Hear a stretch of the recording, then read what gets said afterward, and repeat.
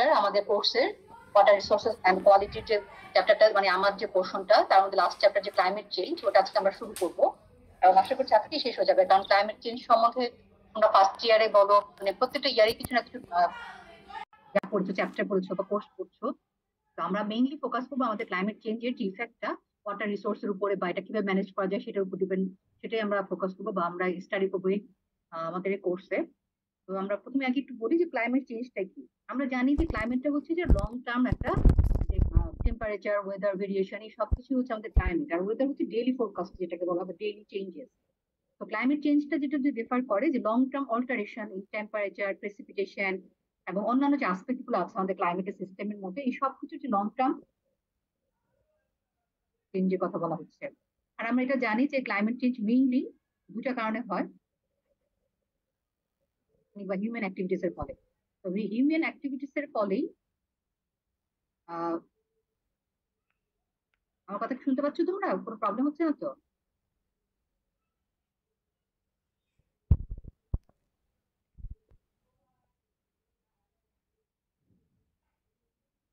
ওকে, যদি কখনো প্রবলেম দেখো যে প্রবলেম হচ্ছে বা শুনতে পাচ্ছ না, আমাকে কেউ টেক্সট করো অথবা সরি, বুঝতে পারিনি।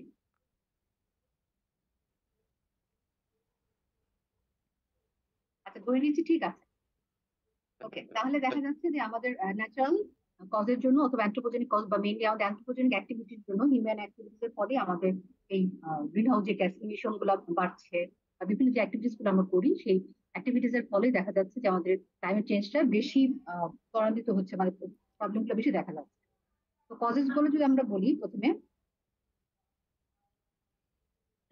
একটা হচ্ছে আমরা যদি ফার্স্টে যেটা বলি যে greenhouse gas emission.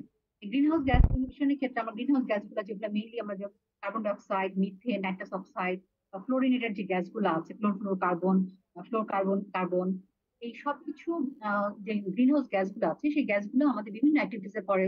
For example, যেমন ফসিল ফুয়েল কম্বাসশনের ফলে আমাদের এই যে বার্নিং কোল, অয়েল, এই সব কিছু যখন আমরা এনার্জির জন্য, ট্রান্সপোর্টেশন জন্য ইউজ করছি, বার্ন করছি, তখন আমাদের এই গ্রিন হাউস গ্যাস গুলো আমাদের ইমিট হচ্ছে। এছাড়া যেমন মানে এগ্রিকালচার ল্যান্ডে যখন বা মেনিউর ম্যানেজমেন্টে যখন প্রডিউস হচ্ছে হিউজ পরিমাণে আমাদের, বা ল্যান্ডফিলে যে অর্গানিক ওয়েস্টেজ হচ্ছে, এখান থেকে হিউজ পরিমাণে যে আমাদের মিথেন গ্যাস গুলো তৈরি হচ্ছে। তারপরে বিভিন্ন সিনথেটিক যে ফার্টিলাইজার বা কেমিক্যাল ফার্টিলাইজার আমরা ইউজ করছি এগ্রিকালচার ল্যান্ডে, সেক্ষেত্রেও আমাদের নাইট্রাস অক্সাইড তৈরি হচ্ছে। আর ফ্লোরিনেটেড কার্বন যে গ্যাসগুলো আছে, পারফ্লোরোকার্বন, ক্লোরোফ্লোরোকার্বন, হাইড্রোফ্লোরোকার্বন, এইগুলো আমরা সাধারণত রেফ্রিজারেটরে, কুলিং যে আমাদের এজেন্ট গুলো আছে সেগুলোতে ইউজ করি, এবং হিউজ পরিমাণে এটা দেখা যায় compare to carbon dioxide huge পরিমাণে আমাদের টেম্পারেচারটাকে ইনক্রিজ করে। আর এই সবগুলো গ্যাস, যে গ্রিন হাউস গ্যাস গুলো আছে, এই গ্যাসগুলো বিভিন্ন যে অ্যাক্টিভিটিস গুলো আছে, হিউম্যান অ্যাক্টিভিটিস এর ফলে মেইনলি দেখা যাচ্ছে এইগুলোর কি হয়, ইনক্রিজিং রেটটা অনেক বেশি হারে বাড়ছে। এবং এই ইনক্রিজিং রেটটা বাড়ার ফলেই দেখা যায় যে আমাদের মেইন গ্রিন হাউস গ্যাস ইফেক্টের ফলে আমাদের গ্লোবাল ওয়ার্মিংটা বা পৃথিবীর যে টেম্পারেচারটা ডে বাই ডে বাড়ছে। এবং এটার সাথে রিলেভেন্ট হয়ে আমাদেরকে হচ্ছে যে মানে কনসিকুয়েন্স গুলো যেগুলো যদি বলি, টেম্পারেচার রাইজ করছে, আমাদের যে আইস গুলো আছে, আইস গ্লাসিয়ার্স যেগুলো আছে সেগুলো মেল্ট হচ্ছে, এবং এট এ টাইম কি হচ্ছে, মানে একটার পর একটা যেটা মানে কনসিকুয়েন্স যেটা দেখা যাচ্ছে, মেল্ট হওয়ার ফলে আমাদের সি লেভেলটা রাইজ করবে। তো প্রত্যেকটা জিনিস আসলে রিলেটেড। তাহলে প্রথম কজ যদি আমরা বলি, তাহলে গ্রিন হাউস গ্যাস ইমিশন এটা হিউম্যান অ্যাক্টিভিটিস এর ফলে আমরা দেখতে পাচ্ছি যে হচ্ছে। আচ্ছা, তারপরে ল্যান্ড ইউজ চেঞ্জেস, আমাদের ল্যান্ড যে ব্যবহারগুলো আছে, একটা হচ্ছে আমাদের হিউজ হিউম্যান পপুলেশন যে ইনক্রিজের ফলে আমরা কি করছি, আমাদের এই এত হিউম্যান পপুলেশন যখন বাড়ছে, এই পপুলেশন বাড়ার ফলে আমাদের যাদের বাসস্থান দরকার, তাদের জায়গা দরকার, তো আমরা কি করছি, গাছ কাটছি। তারপর আবার এই গাছগুলো কেটে আবার দেখা যাচ্ছে বাসস্থানের জায়গাও যেমন বের করছি, আবার এট এ টাইম আমাদের এগ্রিকালচার ল্যান্ড গুলোও নষ্ট হচ্ছে। আবার সেখানে আমরা কি করছি, আমাদের ঘর বাড়ি তৈরি করছি, বিভিন্ন ধরনের ডেভেলপমেন্ট ইনফ্রাস্ট্রাকচার, মানে চাকরির জন্য, লাইভলিহুডের জন্য, ডেভেলপমেন্টের জন্য অনেক কিছু, মানে রাস্তাঘাট, এগুলো সব তৈরি করছি। এবং এই টোটাল ল্যান্ড ইউজ চেঞ্জের ফলেও দেখা যাচ্ছে আমাদের বিভিন্ন ভাবে আমরা ক্লাইমেট চেঞ্জটাকে ত্বরান্বিত করছি। যেমন ফরেস্ট ক্লিয়ারিং, এটা একটা মানে কমন যেটা আমাদের এগ্রিকালচার ল্যান্ড ক্লিয়ারিং, ফরেস্ট কি করছি, আমরা গাছ কেটে ফেলছি। কেন করছি, আমরা এগ্রিকালচার দরকার, কারণ আমাদের ফুড প্রোডাকশন দরকার, আমাদের বাসস্থানের জন্য জায়গা দরকার। বিভিন্ন ধরনের আমাদের যে কার্বন সিকুয়েস্ট্রেশন যেটা হতো, আমাদের এই ফরেস্ট গুলা, গাছগুলা কি করতো, কার্বনটাকে অ্যাটমসফিয়ার থেকে নিয়ে সেটা খাবার তৈরি করতো। এট এ টাইম সেটা খাবারও তৈরি করছে, আবার আমাদের গ্রিন হাউস গ্যাস গুলোও কিন্তু বা কার্বন ডাইঅক্সাইডও কিন্তু কমে যাচ্ছিল, এই কার্বনটা সিকুয়েস্ট্রেশন হচ্ছিল। সেটাও কিন্তু লস হচ্ছে। তার মানে একই টাইম আমরা এমনি যে গ্রিন হাউস গ্যাস ইমিশনটা বাড়াচ্ছি, আবার এটা যে অ্যাবজর্ব হবে সেইটাও কমিয়ে ফেলছি। তো আমরা রেটটাকে অনেক বেশি আমরা ইনক্রিজ করে ফেলছি গ্রিন হাউস গ্যাস ইমিশন, বা আমাদের অ্যাটমসফিয়ার যে থাকবে যে গ্যাসগুলো সেগুলো ত্বরান্বিত করে ফেলছে। এছাড়া আমাদের যে আরবানাইজেশন হচ্ছে, এই আরবানাইজেশনের ফলেও দেখা যাচ্ছে আমরা এবার যে আমাদের ডেভেলপমেন্ট হচ্ছে, আমাদের এই ডেভেলপমেন্টের একটা কমন সিনারিও হচ্ছে যে আমরা ইমপারভিয়াস সারফেস তৈরি করে ফেলছি। মানে আমরা সব জায়গায় আমাদের কার্পেটিং করার ব্যবস্থা করছি, আমরা ইট দিয়ে ভরে ফেলছি। মানে ব্যাপারটা হতে যাচ্ছে যে আমাদের নর্মাল যে ন্যাচারাল সয়েল গুলো আছে, বা ওপেন ফিল্ড ছিল, বা ওয়েটল্যান্ড ছিল, বা নিচু এলাকা ছিল, সব কিছু আমরা ভরে ফেলছি। এবং এট এ টাইম ভরে ফেলে আবার ইমপারভিয়াস সার্ভিসও তৈরি করছি। সো আমাদের যে এই যে হিট অ্যাবজর্পশন যেটা, সেটাও বন্ধ হয়ে যাচ্ছে। তো হিট অ্যাবজর্পশন না হয়ে উল্টো কি হচ্ছে, হিটটা ইমিট হচ্ছে। ফর এক্সাম্পল, আমরা যে গ্লাস গ্রিন হাউসের কথা বলি, যে আমাদের একটা গ্লাসটা কি করে, গ্লাসটা হচ্ছে আমাদের সোলার রেডিয়েশনকে ঢুকতে দিচ্ছে, কিন্তু হিট যে তৈরি হচ্ছে এর ফলে এটাকে বেরোতে দিচ্ছে না। তো অনেকটা দেখা যাচ্ছে আমাদের সয়েল যদি থাকতো সে হিটটাকে অ্যাবজর্ব করতে পারতো। কিন্তু আমাদের এখন এই ইমপারভিয়াস লেয়ার গুলা বা সার্ফেস গুলা কি করছে, আমাদের এই আরবানাইজেশনের ফলে যে ডেভেলপমেন্ট হচ্ছে সেগুলোর ফলে আমাদের যে ইমপারভিয়াস লেয়ার গুলা হচ্ছে, তাতে আমাদের যেটা হচ্ছে, তাতে আমরা এই সার্ফেস তৈরি হওয়ার ফলে আমাদের টেম্পারেচারটা আরো বাড়ছে। মানে কিভাবে, কারণ হিটটা ইমিট করছে তারা, তাকে তো অ্যাবজর্ব করা তো হচ্ছে না, আবার ইমিট করছে। আচ্ছা, এছাড়া দেখা যাচ্ছে আরবানাইজেশনের ফলে আমাদের যে হিটিং কুলিং এর যে সিস্টেম গুলো আছে সেগুলো বাড়ছে। যেমন আমরা এখন দেখি আমাদের শহরে বিভিন্ন জায়গায় আমাদের বিভিন্ন ডেকোরেশনের জন্য বলি, সৌন্দর্যের জন্য বলি, আমাদের গ্লাস দিয়ে বিল্ডিং এর দেওয়া হচ্ছে, দেয়াল দেওয়া হচ্ছে। এতে কি হচ্ছে, আমাদের হিউজ পরিমাণে এটাকে সৌন্দর্য বাড়াচ্ছে, কিন্তু হিটটা কি করছে, অ্যাবজর্ব করছে এই গ্লাস গুলা। আবার এর জন্য কি করছে, আবার এসি লাগাচ্ছে, এয়ার কন্ডিশনিং করছে। সেই এয়ার কন্ডিশনিং সিস্টেম কুলিং এফেক্টের জন্য আবার আমরা গ্রিন হাউস গ্যাস ইমিশন করছি। সো আমরা বিভিন্ন ভাবে আমাদের যে এই ক্লাইমেট চেঞ্জের যে কারণগুলো, যে গ্যাস গুলা মেইন কজেস গুলো আমরা যে বলি, সেগুলাকে ত্বরান্বিত করছি বা আমাদের সেগুলোকে বাড়িয়ে দিচ্ছি।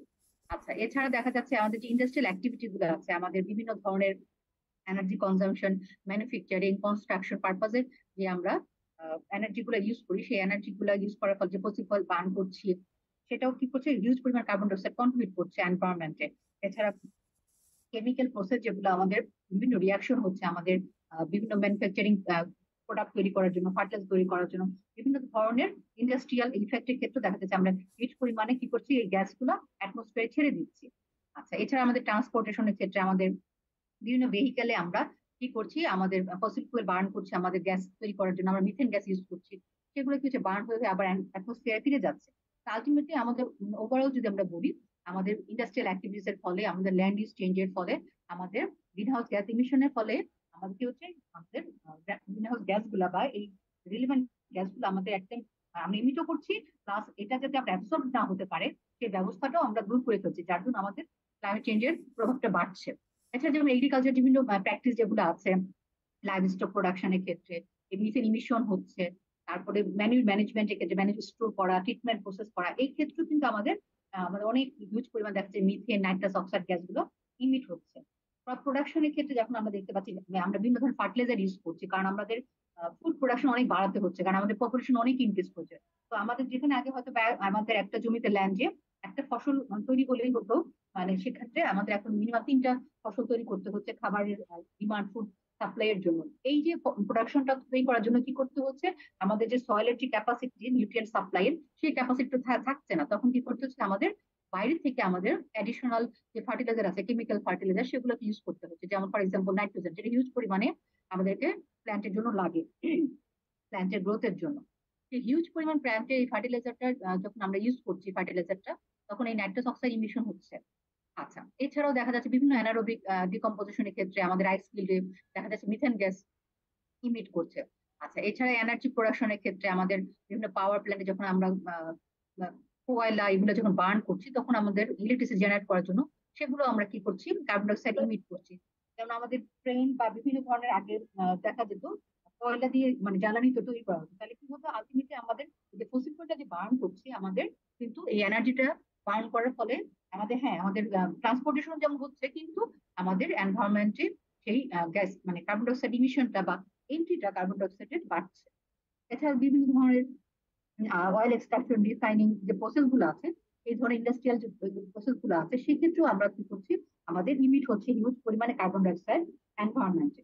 আচ্ছা, এছাড়া ন্যাচারাল কস্ট আমি খুব অল্প পরিমাণে দেখি, জাস্ট এক লাইন দুই লাইন করে, যে আমাদের যে ভলকানিক রিঅ্যাকশন হয়, সোলার রেডিয়েশন এর যে সাইকেল গুলো চেঞ্জ, মানে মানে সূর্য সবসময় পুরো বছর এট এ টাইম একই রকম সোলার রেডিয়েশন বা টেম্পারেচার আমাদের পৃথিবীতে আসে না, কারণ পৃথিবীতে সাইকেলকে মুভ করছে।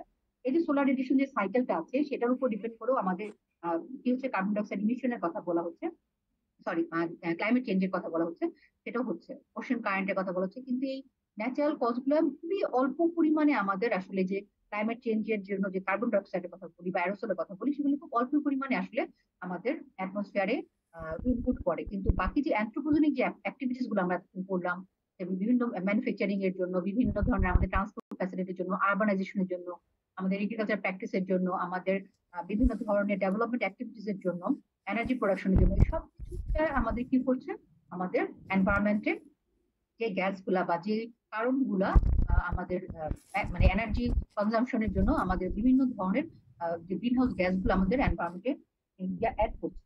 আবার এট এ টাইম এই যে এই কার্বন ডাইঅক্সাইড যে অ্যাবজর্ব করবে যারা, সেই গাছগুলা বা ফরেস্ট গুলা আমরা কেটে ফেলছি, তাহলে আমরা এট এ টাইম অ্যাড করছি এনভায়রনমেন্টে, আবার তাকে যে অ্যাবজর্ব করবে সেই সুযোগটা আমরা রাখছি না।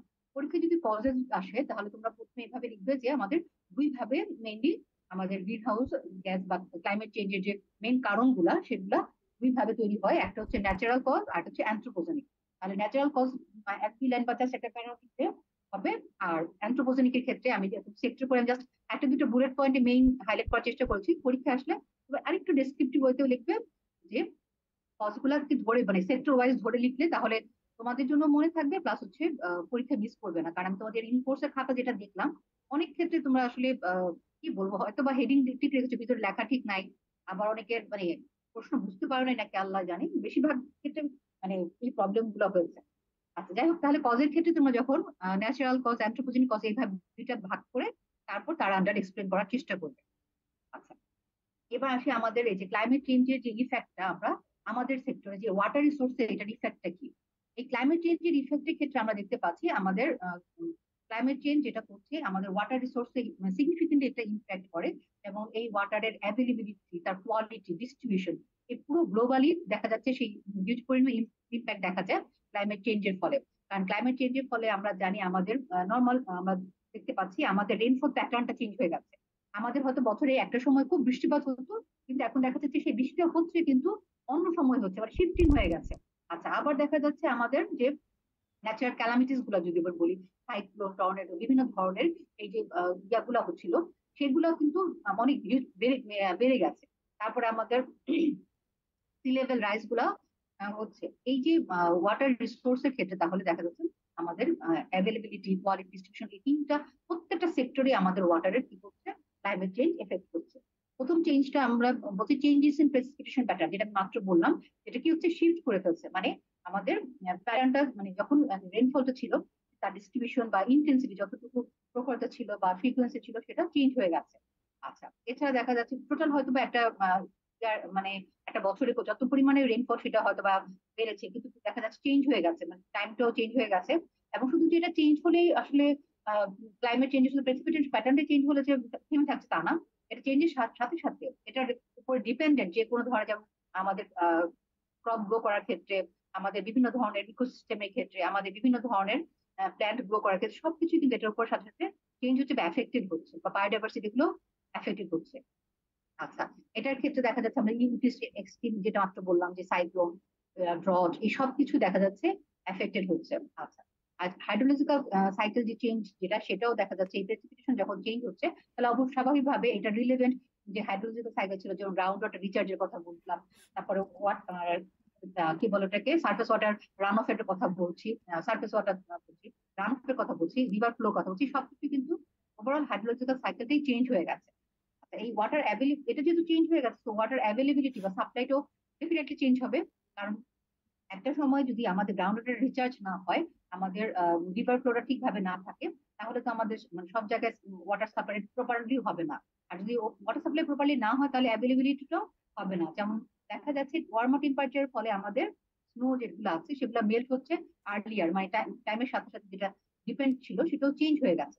তাহলে এই যে আর্লিয়ার যদি স্নো মেল্ট হয়, ঠিক একইভাবে স্নো যখন আমরা অ্যাকুমুলেশনের সময়টা মানে ওভারঅল যে ক্লাইমেটটা মানে গরমের সময়টা যেমন শিফট হয়ে গেছে বা চেঞ্জ হয়ে গেছে, ঠিক একইভাবে অ্যাকুমুলেশনটা উইন্টারও শিফট হয়ে গেছে। তাহলে মাউন্টেনিয়াস যে রিজনের ক্ষেত্রে সেখানকার যে ওয়াটার সাপ্লাই, যে ডাউন স্ট্রিমের কমিউনিটি যারা আছে তাদের যে সময়টা ছিল যে হ্যাঁ এই সময় আমাদের মেল্ট আর্লিয়ার হবে এবং আমরা পানিটা পাবো, আবার এই সময় আমাদের ওয়াটারটা কি হবে, ইয়েটা হবে, গ্লাসিয়ারটা ইয়ে হবে, স্নোটা অ্যাকুমুলেট হবে।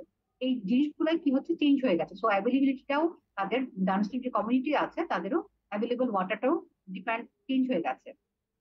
এছাড়া দেখা যাচ্ছে যে আমাদের যে গ্রাউন্ড ওয়াটার রিচার্জের ক্ষেত্রে এগুলো কমে গেছে, কারণ প্রেসিপিটেশন প্যাটার্নটা, এই ইভাপোরেশন রেটটা যেহেতু আমাদের প্যাটার্ন চেঞ্জ হয়ে শিফটিং হয়ে গেছে, আবার ইভাপোরেশন রেটটা বাড়ছে কারণ আমাদের অনেক বেশি হিউজ পরিমাণে টেম্পারেচার রাইজ করছে। সো টেম্পারেচার রাইজ করা মানে দাঁড়াচ্ছে আমাদের ওয়াটারটা কি হবে, ইভাপোরেট বেশি হবে। এই ওয়াটার ইভাপোরেট বেশি হওয়া মানে কিন্তু আমাদের গ্রাউন্ড ওয়াটার রিচার্জটা কমবে। আর গ্রাউন্ড ওয়াটার রিচার্জ করার আরেকটা কমার একটা কারণ হচ্ছে আমরা যেটা বললাম কিছুক্ষণ আগে, ইমপারভিয়াস যে সার্ফেস আমরা তৈরি করে ফেলছি আমাদের আরবানাইজেশনের ফলে, তার জন্য কিন্তু আমাদের গ্রাউন্ড ওয়াটার রিচার্জটা কমে যাচ্ছে। আর গ্রাউন্ড ওয়াটার যদি রিচার্জটা কমতে থাকে তাহলে আমাদের অ্যাভেলেবিলিটি, যেটা ড্রিঙ্কিং ওয়াটার বা ইরিগেশনের ক্ষেত্রে আমাদের বেশিরভাগ সরি বেশিরভাগ এরিয়াতে দেখা যাচ্ছে যে আমাদের সার্ফেস ওয়াটারটা হয়তো পলিউটেড বা অ্যাভেলেবল না বা সাফিসিয়েন্ট না, তখন তারা deep water, deep tubewell use করে আমাদের ইরিগেশন পারপাসের জন্য, খাবার পানির জন্য, বিশুদ্ধতার জন্য, purity-র জন্য। এই সবকিছু যখন তারা ইউজ করে তখন দেখা যাচ্ছে গ্রাউন্ড ওয়াটার যদি রিচার্জই না হয় তাহলে তাহলে অ্যাবিলিটিও কি হবে, হ্যাম্পার করবে। তারপর ওয়াটার কোয়ালিটি, এই যে আমাদের রেনফল প্যাটার্ন যখন চেঞ্জ হচ্ছে, আমাদের ন্যাচারাল ক্যালামিটিস যখন বাড়বে, তখন আমাদের দেখা গেল একটা সময় হিউজ পরিমাণে রেনফল হলো, তখন আবার দেখা গেল আমাদের ফ্লাডিংটাও বাড়ছে। এই ফ্লাডিং, রেনফল এগুলো যখন বাড়ছে তখন এগুলো কি হবে, এগুলো যখন রান অফ হয় তখন এগুলো কি সাথে সাথে কি হয়, এই রান অফের সাথে সাথে তারা কি করে, সার্ফেসের সাথে যে ইয়া ছিল, আমাদের ফার্টিলাইজার দেওয়া ছিল, সার্ফেসের সাথে যে সেডিমেন্ট, নিউট্রিয়েন্ট, পেস্টিসাইড এগুলো যেগুলো ছিল সেগুলোকে ওয়াশ আউট করে। তো ওয়াশ আউট করে কোথায় যায়, আমাদের যে নিচু এলাকাগুলো আছে, আমাদের যে ওয়াটার বডি আছে সেগুলোতে যে জমা হয়। আর এগুলো শুধু জমা হয় বলেই হয় না, তাহলে কি যাচ্ছে, এই যে আমাদের পলিউটেন্ট গুলো যখন আমাদের ওয়াটার বডিতে যে অ্যাড হচ্ছে, তাহলে আমাদের যে ওয়াটার কোয়ালিটিটা সেটাকে কিন্তু হ্যাম্পার করছে। আচ্ছা, আর সল্ট ওয়াটার ইন্ট্রুশন যেটা হয় যে আমাদের যদি ফ্রেশ ওয়াটারের আধিক্য না থাকে, ফ্রেশ ওয়াটার যদি আমাদের গ্রাউন্ড ওয়াটার রিচার্জটা ঠিকভাবে না হয়, আমাদের যদি ফ্রেশ ওয়াটার মানে রেইনফল ঠিক মতো টাইমে না হলো, গ্রাউন্ড ওয়াটার ঠিক রিচার্জ না হলো, তাহলে কি হবে, আমাদের সি লেভেল তো রাইজ করছে, তাহলে সি লেভেলের প্রেশারে দেখা যাচ্ছে ফ্রেশ ওয়াটার, সি ওয়াটারটা কি হবে, ফ্রেশ ওয়াটারটাকে ধাক্কা দিয়ে ভিতরে ঢুকে যাবে, মানে সল্ট ওয়াটার ইন্ট্রুশন হবে। কোস্টাল এরিয়াগুলোতে অনেক জায়গা দেখা যাচ্ছে এই সল্ট ওয়াটার ইন্ট্রুশনটা অনেক বেশি পরিমাণ বেড়ে গেছে। যে এরিয়াগুলোতে একটা সময় হয়তো ফ্রেশ ওয়াটার পাওয়া যেত, কিন্তু এখন দেখা যাচ্ছে হয়তো জোয়ারের সময় সল্ট ওয়াটার থাকতো, বাট এখন দেখা যাচ্ছে জোয়ার ওয়াটার সব সময় ওখানে কি হচ্ছে, আমাদের সল্ট ওয়াটার ইনফিউশন হচ্ছে। এটা শুধুমাত্র যে মানে একটা সময়ে, কিছু সময়ের জন্য প্রবলেম তা না, এটা যখন থাকছে তখন ওখানকার এরিয়ায় যার যে পিপল গুলো আছে তাদের ওয়াটার কোয়ালিটি যেমন প্রবলেম হচ্ছে, মানে ড্রিঙ্কিং ওয়াটার প্রবলেম হচ্ছে, ঠিক একইভাবে ওখানকে যারা ইরিগেশন করছে, এগ্রিকালচার ল্যান্ডে যে পানি দিচ্ছে সেটাও কিন্তু এফেক্টেড হচ্ছে। এবং আরেকটা জিনিস যেটা বললাম আমরা, যে আমাদের ফার্টিলাইজার, সেডিমেন্ট এগুলো যখন ওয়াশ আউট হয়ে আমাদের ওয়াটার বডিতে যে পড়ছে সেগুলো কি করছে, সেগুলো আমাদেরকে, আমরা ইউট্রিফিকেশন জানি, সেগুলো তখন কি করবে, সেডিমেন্ট গুলা বা নিউট্রিয়েন্ট গুলো থেকে তখন আমাদের অ্যালগাল যে গ্রুপ তৈরি করবে, আমাদের ইউট্রিফিকেশন হয়ে আমাদের ওয়াটারটাকে ওয়াটার বডিটাকে চেঞ্জ করে ফেলবে। আচ্ছা, এছাড়া দেখা যাচ্ছে আমাদের যে ইকোসিস্টেম, অবশ্যই যে আমাদের নর্মাল যে ওয়াটার কোয়ালিটি থাকার কথা ছিল, যে পরিমাণ ওয়াটার কোয়ালিটি থাকলে আমাদের যে অর্গানিজম গুলো ওখানে গ্রো করবে, সেটা যখন চেঞ্জ হয়ে যাবে, তার হ্যাবিটেট যখন লস হয়ে যাবে, তাহলে এটা রিলেটেড যে অন্যান্য যে প্ল্যান্ট বা এনিম্যাল যে অর্গানিজমস গুলো আছে এটার উপর ডিপেন্ডেন্ট, সেগুলো কিন্তু চেঞ্জ হয়ে যাবে। এবং এই যে কিছুক্ষণ আগে যেটা বললাম আমরা, ইউট্রোফিকেশন, অ্যালগাল গ্রো করার ফলে ইউট্রোফিকেশন যদি হয়ে যায় তাহলে আমাদের একটা ইকোসিস্টেমটা কিন্তু নষ্ট হয়ে যাবে। এবং এই হ্যাবিটেট লসের ফলে দেখা যাচ্ছে আমাদের ওয়াটার অ্যাভেলেবিলিটি কোয়ালিটি কি হবে, ফ্রেশ ওয়াটার ইকোসিস্টেমটা একটা হুমকির মুখে পড়বে। আচ্ছা, এছাড়া দেখা যাচ্ছে আমাদের বিভিন্ন ধরনের এটার উপর ডিপেন্ডেন্ট যে আমাদের অ্যাকোয়াটিক অর্গানিজমস বা রিপারিয়ান অর্গানিজম যেগুলো আছে, উভচর প্রাণী, সবগুলো কিন্তু ভালনারেবল হয়ে যায়, মানে তাদের হ্যাবিটেট যদি লস হয়ে যায় তাহলে তাদের জীবনটা কি হবে, সংকীর্ণ হয়ে যাবে, তাদের দেখা যাচ্ছে অনেক সময় সার্ভাইভই করতে পারবে না, বা তাদের নর্মাল যে লাইফের যে সাইকেল গুলো বা ফাংশন গুলো আছে, ডিফারেন্ট ফাংশন, সেগুলো তারা ঠিকভাবে করতে পারবে না। এবং এটা রিলেভেন্ট যে আমরা ইকোসিস্টেম সার্ভিস গুলো হয়, যেমন ওয়াটার পিউরিফিকেশন হবে, ফ্লাড রেগুলেশন বা হ্যাবিটেট প্রভিশনিং বা নিউট্রিয়েন্ট সাইক্লিং, এই যে সিস্টেমের যে সার্ভিস গুলো আছে যেটা আমরা ইকোসিস্টেম করেছিলাম, এই সার্ভিস গুলো ঠিকভাবে ইকোসিস্টেম কি করবে না, প্রোভাইড করতে পারবে না। আর একটা হচ্ছে আমাদের এগ্রিকালচার ফুড সিকিউরিটি, আমাদের কিছুক্ষণ আগে যেটা বলা, যেমন ফর এক্সাম্পল আমাদের স্যালাইন ওয়াটার ইনফিউশন যখন হলো, আমাদের ওয়াটার অ্যাভেলেবল ফ্রেশ ওয়াটার যখন আমাদের কমে গেল, তখন এটার উপর ডিপেন্ডেন্ট যে আমাদের ওই এরিয়ায় যদি আমাদের ক্রপ যেগুলো আছে সেই ক্রপ গুলো দেখা যায় যে হিউজ পরিমাণে ক্রপ প্রোডাকশন লস হচ্ছে। যেমন আমি একটা এক্সপেরিমেন্ট করার সময় যখন দেখেছিলাম রিসার্চ ক্ষেত্রে যে শুধুমাত্র স্যালারি ওয়াটার ইনফিউশনের ফলে এবং তারা ইরিগেশন বন্ধ হয়ে দিয়েছে, সেটার ফলে দেখা যায় মানে পেঁয়াজ লাগিয়েছিল, মানে হিউজ পরিমাণ পেঁয়াজ তারা একদম হেক্টর এরিয়াতে ধরে, যেমন হয়তো বা নর্মাল একটা হেক্টর এরিয়া 3 সাড়ে 3 টন পেঁয়াজ হচ্ছে, 5 কেজি 5 কেজি বলছি 5 টন ইয়া হচ্ছে পার হেক্টর, সেটা কমে গিয়ে হয়তো বা এত পচে গেছে স্যালাইন ওয়াটার ইরিগেশনের ফলে হয়তো বা 1-1.5 টন বা 5 টনও হয়নি। এত মানে হিউজ পরিমাণ একটা ক্রপ লস হয়ে গেছে। তারপর ধান, কারণ ধান যখন স্যালাইন ওয়াটার দেওয়া হয় তখন ধান গাছে একটা মৌ পোকা নামে একটা পোকা হয়, মানে সেই ধানটাকে খেয়ে ফেলে। চিটা যে একটা ওয়ার্ড আছে সেটা তার ধানটাকে নষ্ট করে ফেলে। তার জাস্ট শুধুমাত্র ফ্রেশ ওয়াটার অ্যাভেলেবিলিটি যখন ছিল না বলে তারা বাধ্য হয়ে ওখানকার যে স্যালাইন ওয়াটার ইউজ করেছে, কারণ গ্রাউন্ড ওয়াটার ইয়া ছিল না, ফ্রেশ ওয়াটার ছিল না। তখন যার জন্য আমাদের ক্রপ ইল্ড যেটা ছিল, আমাদের ফুড সিকিউরিটি ক্রপ ইল্ডে হ্যাম্পার হওয়া মানে আমাদের কিন্তু ফুড সিকিউরিটিটা একটা হুমকির মুখে পড়ে যায়। আচ্ছা, তাহলে দেখা যাচ্ছে আমাদের নেক্সট যেটা আপনার হচ্ছে হিউম্যান হেলথ বা লাইভলিহুডের ক্ষেত্রেও প্রবলেম হবে। যখন এই যে আমাদের ইকোসিস্টেম সার্ভিসের ক্ষেত্রে, আমাদের ফ্রেশ ওয়াটার অ্যাভেলেবিলিটির ক্ষেত্রে আমাদের ক্রপ ইল্ড লস হবে, তখন এটা রিলেভেন্ট, এটার উপর ডিপেন্ডেন্ট যে মানুষগুলো আছে, যারা ফার্মার আছে, যারা ফিশারম্যান আছে, এই রিলেভেন্ট যারা লাইভলিহুড ডিপেন্ডেন্ট পার্সন গুলো আছে, তাদেরও কিন্তু লাইফটাকে মানে লাইভলিহুডটা ডিস্টার্ব হবে। কারণ যেমন তারপর দেখা যাচ্ছে তাদের যে বিভিন্ন ধরনের ডিজিজ গুলা, যেমন ওয়াটার কোয়ালিটি যখন চেঞ্জ হয়ে যাবে, ওয়াটারটা যখন পলিউটেড হয়ে যাবে, তখন এটার উপর ডিপেন্ডেন্ট যে ওয়াটার রিলেটেড যে ডিজিজ গুলো আছে আমাদের, কলেরা, ডায়রিয়া, টাইফয়েড, এই ধরনের ডিজিজ গুলা কিন্তু ব্রেকআউট মানে বেড়ে যাবে। এবং এই ওয়াটারবোর্ন ডিজিজ গুলোর ফলে দেখা যাচ্ছে আমাদের মানে মানুষের হিউম্যান হেলথের উপর হিউজ ইম্প্যাক্ট পড়বে। আর লাইভলিহুড কথা যেটা বললাম, যেখানে ওয়াটার স্ক্যারসিটি দেখা যাবে, ফ্লাডিং হবে, এই প্রবলেম গুলো যখন বেড়ে যাচ্ছে, তখন দেখা যাচ্ছে এটার উপর ডিপেন্ডেন্ট যে মানুষগুলো আছে তাদের, এগ্রিকালচার, ফিশারম্যান বা ট্যুরিজমের ক্ষেত্রে, যেমন টুরিস্ট কোস্টাল এরিয়া যে টুরিস্ট যাবে, যে ট্যুরিজমের উপর ডিপেন্ডেন্ট যে মানুষগুলো আছে, সেগুলো দেখা যাবে বলে বিভিন্ন ধরনের ন্যাচারাল ক্যালামিটিস এর জন্য এই ট্যুরিজম এফেক্টেড হচ্ছে। তার মানে তার উপর ডিপেন্ডেন্ট যে পিপল গুলো আছে তাদের জীবিকাটাও এফেক্টেড হচ্ছে। এই সবকিছুই আমাদের কিন্তু এই শুধুমাত্র ক্লাইমেট চেঞ্জের ফলে এফেক্টেড হবে। আর এই ক্লাইমেট চেঞ্জের এফেক্টের ফলে দেখা যাচ্ছে আমাদের বিভিন্ন ধরনের মানুষের ক্ষেত্রে অনেক সময় দেখা যায় যে বিভিন্ন ধরনের মানুষের মানে একটা পুরো এলাকার মানুষ দেখা যাচ্ছে ডিসপ্লেসমেন্ট, পপুলেশন ডিসপ্লেসমেন্ট, মাইগ্রেশন করতে বাধ্য হয়। আর এটা বাধ্য হওয়ার কারণ একটাই হচ্ছে যে আমাদের যে মানে হিউজ পরিমাণে এরিয়া দেখা যাচ্ছে আমাদের কি বলে এটাকে ক্লাইমেট এফেক্টের ফলে, যেমন বিভিন্ন ধরনের ন্যাচারাল ক্যালামিটির জন্য সুনামি, আইলা, এই ধরনের বিভিন্ন ধরনের যখন তাদের মানুষ বাধ্য হয়, তখন তাদের ঘর বাড়ি ইয়া হয়ে যায়, ভেঙে যায়, চলে যায়, তখন তারা বাধ্য হয় মাইগ্রেট করতে। এটা তাদের সোশ্যাল টেনশনও কাজ করে, কারণ অন্য জায়গায় যাবে, তাদের সেখানে বাসস্থান তৈরি করা, তাদের জীবিকা নির্বাহ করা, তাদের খাবারের সংগ্রহ করা, এই সবকিছু কিন্তু তাদের একটা হিউম্যান হেলথের উপর যেমন এফেক্ট করে, তাদের সোশ্যাল লাইফের উপরে, তাদের ইকোনমিক অ্যাক্টিভিটিস এর উপরে, টেনশনের উপরে কিন্তু একটা বড় প্রভাব ফেলে। আচ্ছা, এছাড়া দেখা যাচ্ছে যে আমাদের আরেকটা মেইন যদি বলি, যেমন ওয়াটার ইনফ্রাস্ট্রাকচার ভালনারেবিলিটি, যেটা আমাদের দেশের জন্য বেশি এটা দেখা যাচ্ছে যে হয়, কারণ বিভিন্ন মানে মানে অনেক আগে অথবা ওয়াটার ইনফ্রাস্ট্রাকচার তৈরি করা হয়েছে, ড্যাম, নদী মুক্তি যে ইয়াগুলা বাঁধগুলো আছে, বিভিন্ন ধরনের ওয়াটার ট্রিটমেন্ট ফ্যাসিলিটি গুলো আছে, এইগুলা কিন্তু তখন এই যে ওয়াটার ক্লাইমেট চেঞ্জের ফলে বিভিন্ন ধরনের আমাদের এক্সট্রিম ওয়েদার ইভেন্টের ফলে, ফ্লাডিং এর ফলে কি হবে, এগুলি এফেক্টেড হবে। এবং এগুলি এফেক্টেড হলে দেখা যাচ্ছে আমাদের গভর্নমেন্টের হিউজ পরিমাণ ইনভেস্টমেন্ট দরকার হবে।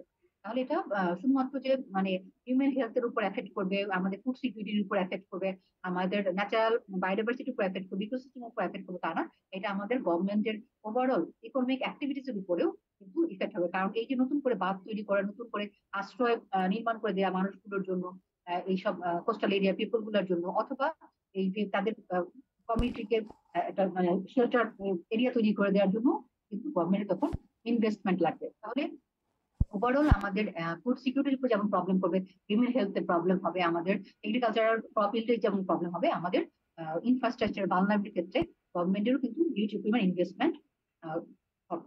আচ্ছা, এই যে আমরা এতক্ষণ বললাম ওয়াটার রিসোর্সের উপর ক্লাইমেট চেঞ্জের ইফেক্ট। এখন এই ক্লাইমেট চেঞ্জ আমরা ডিফারেন্ট সেক্টর পরীক্ষায় অনেক সময় দেখা যায় যে যদিও তোমরা ওয়াটার রিসোর্সের এই কোর্সটা আশা করছি এইভাবেই কোশ্চেন গুলো হবে তোমাদের, খুব বেশি মডারেশন হয়, তারপরে পরীক্ষায় অনেক সময় দেখা যায় যে ক্লাইমেট চেঞ্জ আসলে ইফেক্টটা তো শুধুমাত্র ওয়াটার বডির উপর এফেক্ট করে তা না, ওয়াটার বডি রিলেভেন্ট কিন্তু আমাদের অনেকগুলো সেক্টর আছে যে এই ওয়াটার উপর ডিপেন্ডেন্ট। এই ওয়াটার উপর ডিপেন্ডেন্ট আমরা কিছুক্ষণ আগে দেখলাম, যেমন এগ্রিকালচার আছে, ফিশারিজ আছে, এটার উপর ডিপেন্ডেন্ট আমাদের ইকোসিস্টেম আছে, এটার উপর ডিপেন্ড মানুষের হিউম্যান হেলথ আছে, লাইভলিহুড আছে।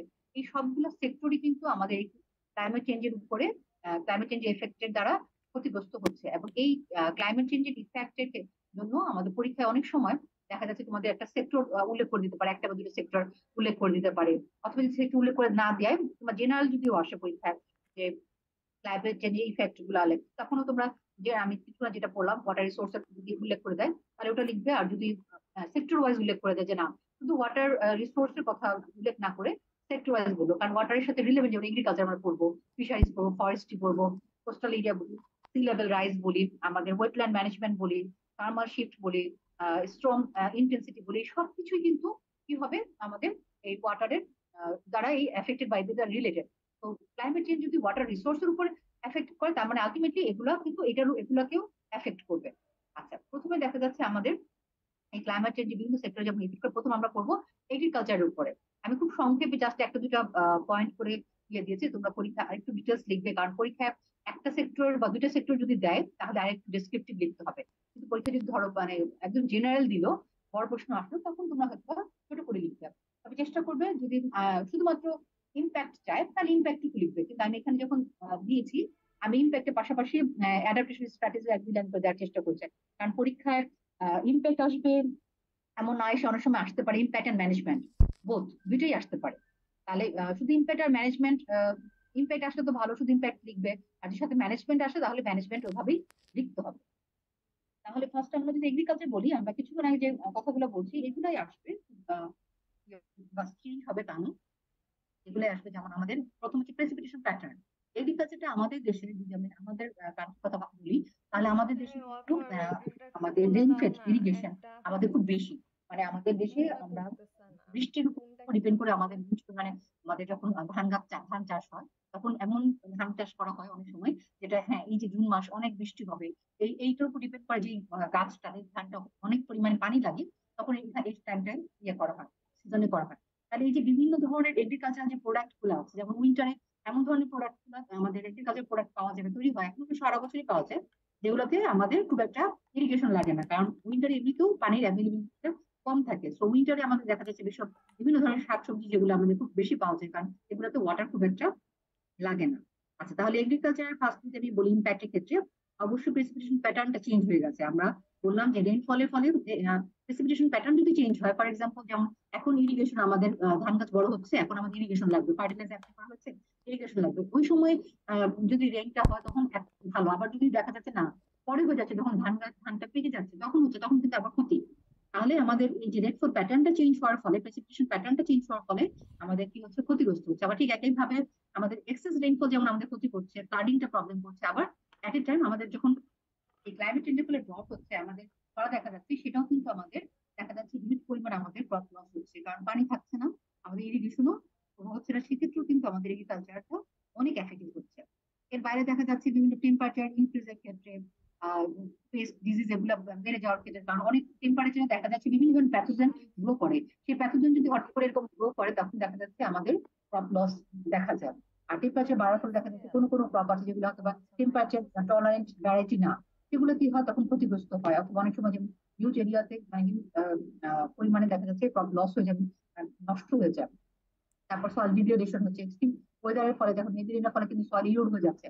আর আমরা জানি যে সয়েল যখন ইরোশন হয় বা আমাদের যখন ওয়াটারটা ও ইয়া মানে হয়, রান একটা অফ হয় আমাদের জিনিস সয়েল থেকে, তখন কিন্তু টপ সয়েলটে চলে যায়। টপ সয়েলটা চলে যাওয়া মানে হচ্ছে আমাদের যে নিউট্রিয়েন্টটা থাকে আমাদের টপ সয়েলে থাকে, তো ওটা যখন ইরোড হয়ে যায়, তখন আলটিমেটলি আমাদের ক্রপের জন্য বা এগ্রিকালচারাল প্রোডাক্টিভিটির জন্য আমাদের যে সয়েলটা বেশি ইম্পর্টেন্ট ছিল, অর্গানিক ম্যাটার বেশি ইম্পর্টেন্ট ছিল, নিউট্রিয়েন্টের রিচ যে টপ সয়েলটা ছিল সেটাই ওয়াশ আউট হয়ে যায়। তো এইভাবেও সলিউশনটা হলেও আমাদের এগ্রিকালচারটা ক্ষতিগ্রস্ত হয়, কারণ তখন যে সয়েলটা থাকে সেই সয়েলটা তখন কি হয়, সেই সয়েলটা তখন কিন্তু আর নিউট্রিয়েন্ট গুলো থাকে না, তখন আমাদের হিউজ পরিমাণে আমার কি করতে হয়, ফার্টিলাইজার দিতে হয়। আবার সেই ফার্টিলাইজারটা আবার বেশি পরিমাণ হলেও আবার কি হয়, ওয়াশ আউট হয়ে আমাদের ওয়াটার বডিটাকে পলিউট করে। তো এই সবগুলোই ইম্প্যাক্টই আমাদের এগ্রিকালচার, কিন্তু শুধুমাত্র এই ওয়াটার রিসোর্সের উপরে আমাদের ক্লাইমেট চেঞ্জের ফলে কিন্তু দেখা যাচ্ছে। আচ্ছা, এই অ্যাডাপ্টেশন স্ট্র্যাটেজি গুলো তোমরা মোটামুটি জানো যে কি করতে হবে আমাদের। তাহলে এমন ধরনের ইরিগেশন ব্যবস্থা তৈরি করতে হবে, আমাদের ব্রডকাস্টিং ইরিগেশন না করে আমাদেরকে ড্রিপ ইরিগেশন, মানে একদম স্পেসিফিক ধরে একটা এরিয়াতে যাতে পানি দিচ্ছি, স্প্রিংকলার ইরিগেশন, বিভিন্ন ইরিগেশন সিস্টেম আছে, সেই ইরিগেশন সিস্টেম আমাদের এফিসিয়েন্ট যে ইরিগেশন সিস্টেম, যেটা আমাদের অল্প পরিমাণে আমাদের ওয়াটারটা সেভ করার জন্য, যেটা আমরা পুরো এই মানে জায়গায় একদম গণহারে দেখা যাচ্ছে আমরা পানি দিব না, সেটা আমাদের পানির পরিমাণ বেশি লাগবে না, আমরা স্পেসিফিক ওয়েতে ড্রিপ ইরিগেশন ব্যবস্থা করবো বা স্প্রিংকলার ইরিগেশন ব্যবস্থা করবো, যাতে আমাদের এফিসিয়েন্ট ওয়েতে আমরা ওয়াটারটাকে ম্যানেজ করতে পারি বা ইউটিলাইজ করতে পারি। আচ্ছা, আর যেটা আমাদের যেসব এরিয়া দেখা যাচ্ছে ড্রট হচ্ছে আমাদের, সেই ড্রট রেজিস্ট্যান্ট ক্রপ যেমন স্যালাইন টলারেন্ট ভ্যারিয়েন্ট কিন্তু আমাদের দেশে তৈরি হয়েছে, যেগুলাতে দেখা যাচ্ছে আমরা যে স্যালাইন সয়েল, যেগুলো স্যালাইন সয়েল আছে আমাদের, সেই স্যালাইন সাথে গ্রো করার জন্য আমাদের এরকম ক্রপ ভ্যারাইটি তৈরি হয়েছে। ঠিক একইভাবে ড্রট রেজিস্ট্যান্ট ক্রপ ভ্যারাইটিও আমাদের দেশে ডেভেলপ হয়েছে। তাহলে এই আমাদের সয়েল অ্যাডাপ্টেশন স্ট্র্যাটেজি যদি আমরা নিই, তাহলে আমাদের এগ্রিকালচারের ক্ষেত্রে ক্ষেত্রে কি হবে, আমাদের এগুলো ম্যানেজ হবে। এছাড়া সয়েল কনজারভেশন প্র্যাকটিস আমরা করবো, যেমন আমি কভার সয়েল ক্রপ ইউজ করবো, যাতে আমাদের সয়েলটা ইরোড না হয়। এই ফার্টিলাইজারটা আমরা এমন ভাবে ইউজ করবো যাতে আমাদের ফার্টিলাইজার যাতে ওয়াশ আউট হয়ে ওয়াটার পলিউট না হয়। ঠিক একইভাবে আমাদের পেস্ট ডিজিজ কন্ট্রোল করার জন্য আমাদের আমরা পেস্ট টলারেন্ট ভ্যারাইটি গুলো ইউজ করবো।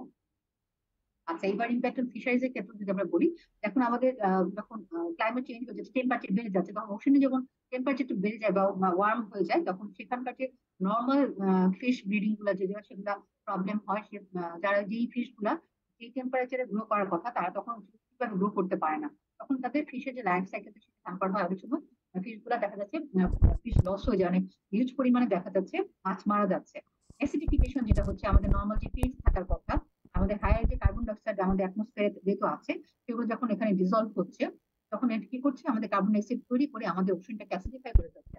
এবং এটা আমরা গত ক্লাসে দেখেছি। এর ফলে আমাদের যে শেলফিশ যেগুলো আছে, যেগুলো এরকম ইয়া করে, কি বলে ওটাকে, আমাদের সাইকেল ইয়ার মাছের শেলফিশের মাছের সাইডের উপরের যে ইয়াটা আছে, আবরণটা আছে, সেটাকে ক্ষতিগ্রস্ত করে। এছাড়া যা কোরাল যেগুলো আছে, কোরালটা আমরা যে দেখি অনেক সময় কোরাল গুলো সাদা হয়ে যায়, টেম্পারেচার যখন খুব বেশি পরিমাণে বাড়ে, তখন যে কোরালের যে উপরে যে অ্যালগাল ব্লুম গুলো আছে, সেগুলা অ্যালগাল ব্লুমের যে একটা ইয়ে আছে, প্লান্টনের যে ইয়ে আছে, সেগুলো গ্রিন কালার সবুজ যে ইয়াগুলো আছে, রঞ্জক গুলা, সেগুলো সে ছেড়ে দিতে বাধ্য হয়। তখন সেটা কালারলেস হয়ে যে হোয়াইট হয়ে যায়, সেটা কিন্তু মৃত না, বাট তার লাইটটা তখন অনটা মোটালিটির দিকে চলে যাচ্ছে।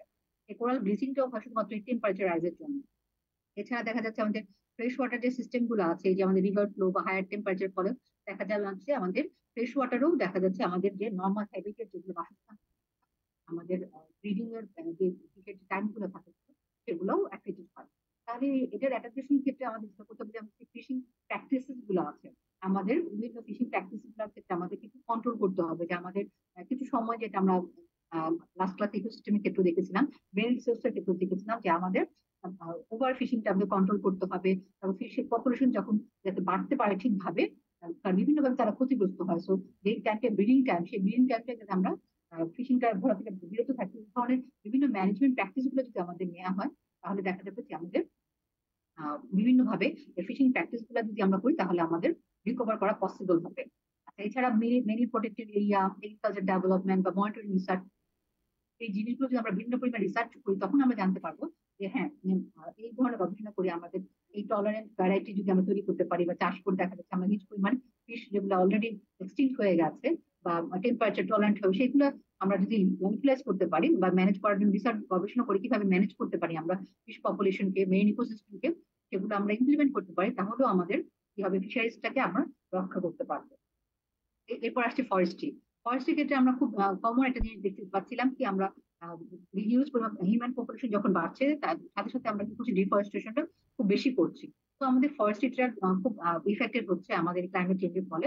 দেখা যাচ্ছে হাই টেম্পারেচার এবং ড্রাই পিরিয়ডের ফলেই দেখা যাচ্ছে আমাদের বিভিন্ন জায়গায় আমাদের ফরেস্ট ফায়ার খুব বেশি পরিমাণ দেখা যায়। যে বাংলাদেশে এরকম একটা ইয়ে হয় না, কিন্তু আমরা অনেক কান্ট্রি গুলোতে দেখি যে কি হচ্ছে, দাবানল যেটা বলে, একদম হিট পরিমাণ দেখা যাচ্ছে ফরেস্ট ফায়ার, আগুন লেগে গেছে শুধুমাত্র টেম্পারেচার রাইজের ফলে, এবং বাতাসের যে ইয়ে আছে, সেটা ঘটনা দেখা যাচ্ছে আমাদের আহ, মানে এলাকার পরে এলাকা দেখা যাচ্ছে ফরেস্ট্রি আর কি হচ্ছে, নষ্ট হয়ে যাচ্ছে। এছাড়া বিভিন্ন ধরনের ক্লাইমেটের ফলে যে বিভিন্ন ধরনের প্যাথোজেন, কারণ হচ্ছে ওয়ার্মার ক্লাইমেটটা, ওয়ার্মার বা হিউমিড এই এনভায়রনমেন্ট গুলো আসলে আমাদের বিভিন্ন মাইক্রো অর্গানিজমস যেগুলা আমাদের জন্য ক্ষতিকর, আসলে সেগুলা খুব বেড়ে যায়। এগুলো তখন কি হবে, হিউজ পরিমাণ যখন এগুলো বেড়ে যাবে, তখন এগুলো শুধুমাত্র বেড়ে বেড়ে কি করবে, এগুলো এফেক্ট করবে আমাদের যে ফরেস্ট্রি আছে, গাছ আছে, সেগুলোকে এফেক্ট করে সেগুলোকে নর্মাল যে লাইফ আছে সেগুলোকে নষ্ট করে ফেলে। আর এছাড়া দেখা যাচ্ছে যে ক্লাইমেট চেঞ্জের ফলে আমাদের বিভিন্ন ধরনের স্পিসিস যেগুলো হয়তো একসময় গ্রো করতো, কিন্তু টেম্পারেচার রাইজ করার ফলে সেগুলো এখন আর সার্ভাইভ করতে পারছে না। এই বায়োডাইভার্সিটি লসও হচ্ছে। তো ওভারঅল আমাদের ফরেস্ট্রির ক্ষেত্রে আমরা দেখতে পাচ্ছি যে ক্লাইমেট চেঞ্জের ফলে ফরেস্ট ফায়ার খুব বেড়ে যাচ্ছে, পেস্ট ডিজিজ এগুলো বেশি পরিমাণে হচ্ছে। আমাদের এই স্পিসিস গুলা একটা সময় একটা এলাকার হতো, কিন্তু শুধুমাত্র টেম্পারেচার রাইজের ফলে এখন আর হয়তো বা দেখাই যায় না। আবার একটা সময় দেখা যাচ্ছে ওই বায়োডাইভার্সিটি এক্সটিংক্ট হয়ে যায়, মানে টোটালি ভ্যানিশই হয়ে যায়। আর এটার ক্ষেত্রে যেটা আমাদের প্রথম কাজ হচ্ছে, আমাদের অ্যাডাপ্টেশন নিতে হবে, রিফরেস্টেশন অ্যান্ড অ্যাফরেস্টেশন। দুইটা, একটা হচ্ছে পূর্ণ বনায়ন, মানে আমাদের যে জায়গায় একটা বনায়ন ছিল অথবা বিভিন্ন ভাবে এটা অ্যাফেক্টেড হয়েছে, নষ্ট হয়েছে, ক্ষতিগ্রস্ত হয়েছে, আমরা সেটাকে আবার কি করবো, পুনরায় আবার গাছ লাগাবো, ফরেস্ট্রিটা আবার রিকভার করতে ট্রাই করবো। আর যেটা করবো, আমাদের আরো বেশি পরিমাণে গাছ লাগাতে হবে, নতুন করে গাছ লাগাতে হবে, যাতে আমাদের ফরেস্ট আবার নতুন করে আমরা ফরেস্ট্রিটা তৈরি করতে পারি। আচ্ছা, এছাড়া যেমন ফরেস্ট ম্যানেজমেন্টের ক্ষেত্রে আমাদের যেটা হচ্ছে গভর্নমেন্টেরও বিভিন্ন ধরনের প্র্যাকটিস বা ম্যানেজমেন্ট ইয়া নিতে হবে, অথবা অলরেডি ইকোলজিক্যালি ক্রিটিক্যাল এরিয়া হিসেবে এরিয়া মানে ইয়া করে বায়োডাইভার্সিটি যেমন ইয়া করেছে, কি বলো এটাকে, রিজলভ করা মানে রিকভার করা ট্রাই করেছে, ঠিক এরকম আমাদের ফরেস্ট ম্যানেজমেন্টের ক্ষেত্রে সিলেক্টিভ লগিং, মিক্সড প্ল্যান্টেশন, এগুলোর ক্ষেত্রেও কিছু কন্ট্রোলিং যদি মেজার্স নেওয়া যায়, তাহলেও সাস্টেনেবল ফরেস্ট ম্যানেজমেন্ট করা পসিবল। এছাড়া ফায়ার ম্যানেজমেন্টের ক্ষেত্রে দেখা যাচ্ছে ফায়ার প্রিভেনশন করার জন্য মনিটর করার, র্যাপিড রেসপন্স যাতে মিনিমাইজ করা যায়, যতটুকু সম্ভব এই ফরেস্ট ফায়ারটাকে মিনিমাইজ করা যায়, সেটার ব্যবস্থাটা সবসময় প্রিপেয়ার থাকতে হবে, রেডি থাকতে হবে। আর না, একটা জিনিস হচ্ছে মানে কনজার্ভ করা, বায়োডাইভার্সিটি কনজার্ভ করার জন্য আমরা অলরেডি বললাম যে critical area, restricted area, marine এর ক্ষেত্রে আমরা দেখেছি মেরিন রিসোর্স এরিয়া হিসেবে ঘোষণা করা। ঠিক এরকম ভাবে fish breeding area, fresh water fish breeding area, এইসব জায়গাতে একটু রেস্ট্রিক্টেড করে কন্ট্রোল হতে যদি করা যায়, তাহলেও আমাদের এই বায়োডাইভার্সিটিটা রক্ষা করা পসিবল। আচ্ছা, সি লেভেল রাইজের ক্ষেত্রে আমরা জানি কমন এক আমাদের এই জিনিসটা আমাদের সবচেয়ে বেশি কনসার্ন আমরা থাকি। কারণ আমরা জানি আমাদের গ্লোবাল ওয়ার্মিংটা বাড়ার ফলে আমাদের ক্লাইমেট চেঞ্জের ফার্স্ট যেটা কনস্ট্যান্ট টেম্পারেচার বাড়ার ক্ষেত্রে আমাদের প্রথম যেটা হবে, আমাদের যে গ্লাসিয়ার্স গুলো আছে পোলার সাইড গুলাতে আমাদের, সেগুলোতে হবে কি হবে, আমাদের ইয়াগুলো আইস ক্যাপস গুলা সব ডিজলভ হয়ে যাবে, গলে যাবে, এবং এটা গলে যেয়ে কি হবে, আমাদের সি লেভেলটা রাইজ হবে, এবং যত নিচু সব লো লাইন ল্যান্ড গুলো আছে বা কান্ট্রি গুলো আছে, সেগুলো কি হবে, তলিয়ে যাবে। তাহলে সি লেভেল রাইজটা আমাদের জন্য অনেক বেশি, আমরা এইসব এই ব্যাপারটায় অনেক বেশি কনসার্ন বা অ্যালার্মিং আমাদের জন্য।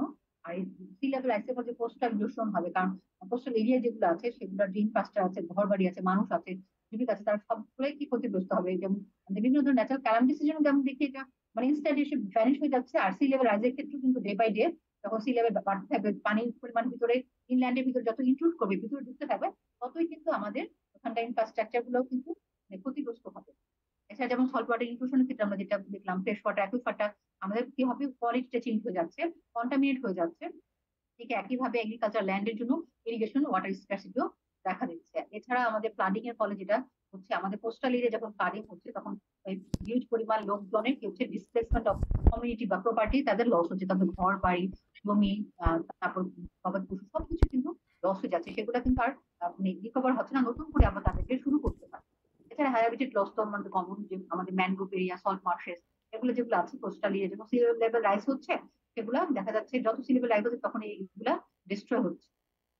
আচ্ছা, এছাড়া তাহলে এগুলাকে অ্যাডাপ্টেশন স্ট্র্যাটেজির ক্ষেত্রে আমাদের কোস্টাল এরিয়া মানে যতটুকু সম্ভব তাদের শেল্টার দেওয়ার জন্য, তাদেরকে এই ধরনের যতটুকু সম্ভব প্রোটেক্ট করার জন্য আমাদেরকে কোস্টাল এরিয়া সি ওয়াল তৈরি করা, নদীর মুখে আমাদের বাঁধ তৈরি করা, এই ধরনের ম্যানেজমেন্ট ইনফ্রাস্ট্রাকচার সেগুলো তৈরি করা, এবং কমিউনিটির যে বিভিন্ন ধরনের শেল্টার প্রোটেক্টেড এরিয়া গুলো তৈরি করা, এবং ইকোসিস্টেমটাকে রক্ষা করার জন্য বিভিন্ন ধরনের রিসার্চ করে গবেষণা করা, এবং নতুন করে রিস্টোর করার, কনজার্ভ করার জন্য বাফার সিস্টেমের যে ব্যবস্থা করা, যেমন ম্যানগ্রোভ ওয়েটল্যান্ড প্রোটেক্ট করার জন্য স্টোন সার্চ ইরোশন, এগুলো করে ম্যানগ্রোভটাকে দেওয়া। কারণ আমাদের দেশে এই ম্যানগ্রোভ বা সুন্দরবন, এই যে এগুলো থাকায় আমাদের অনেক ন্যাচারাল যে ক্যালামিটিস যেগুলো আছে কোস্টাল এরিয়া, অনেক পরিমাণে কিন্তু আমাদের ক্ষতিগ্রস্ত কম হয়।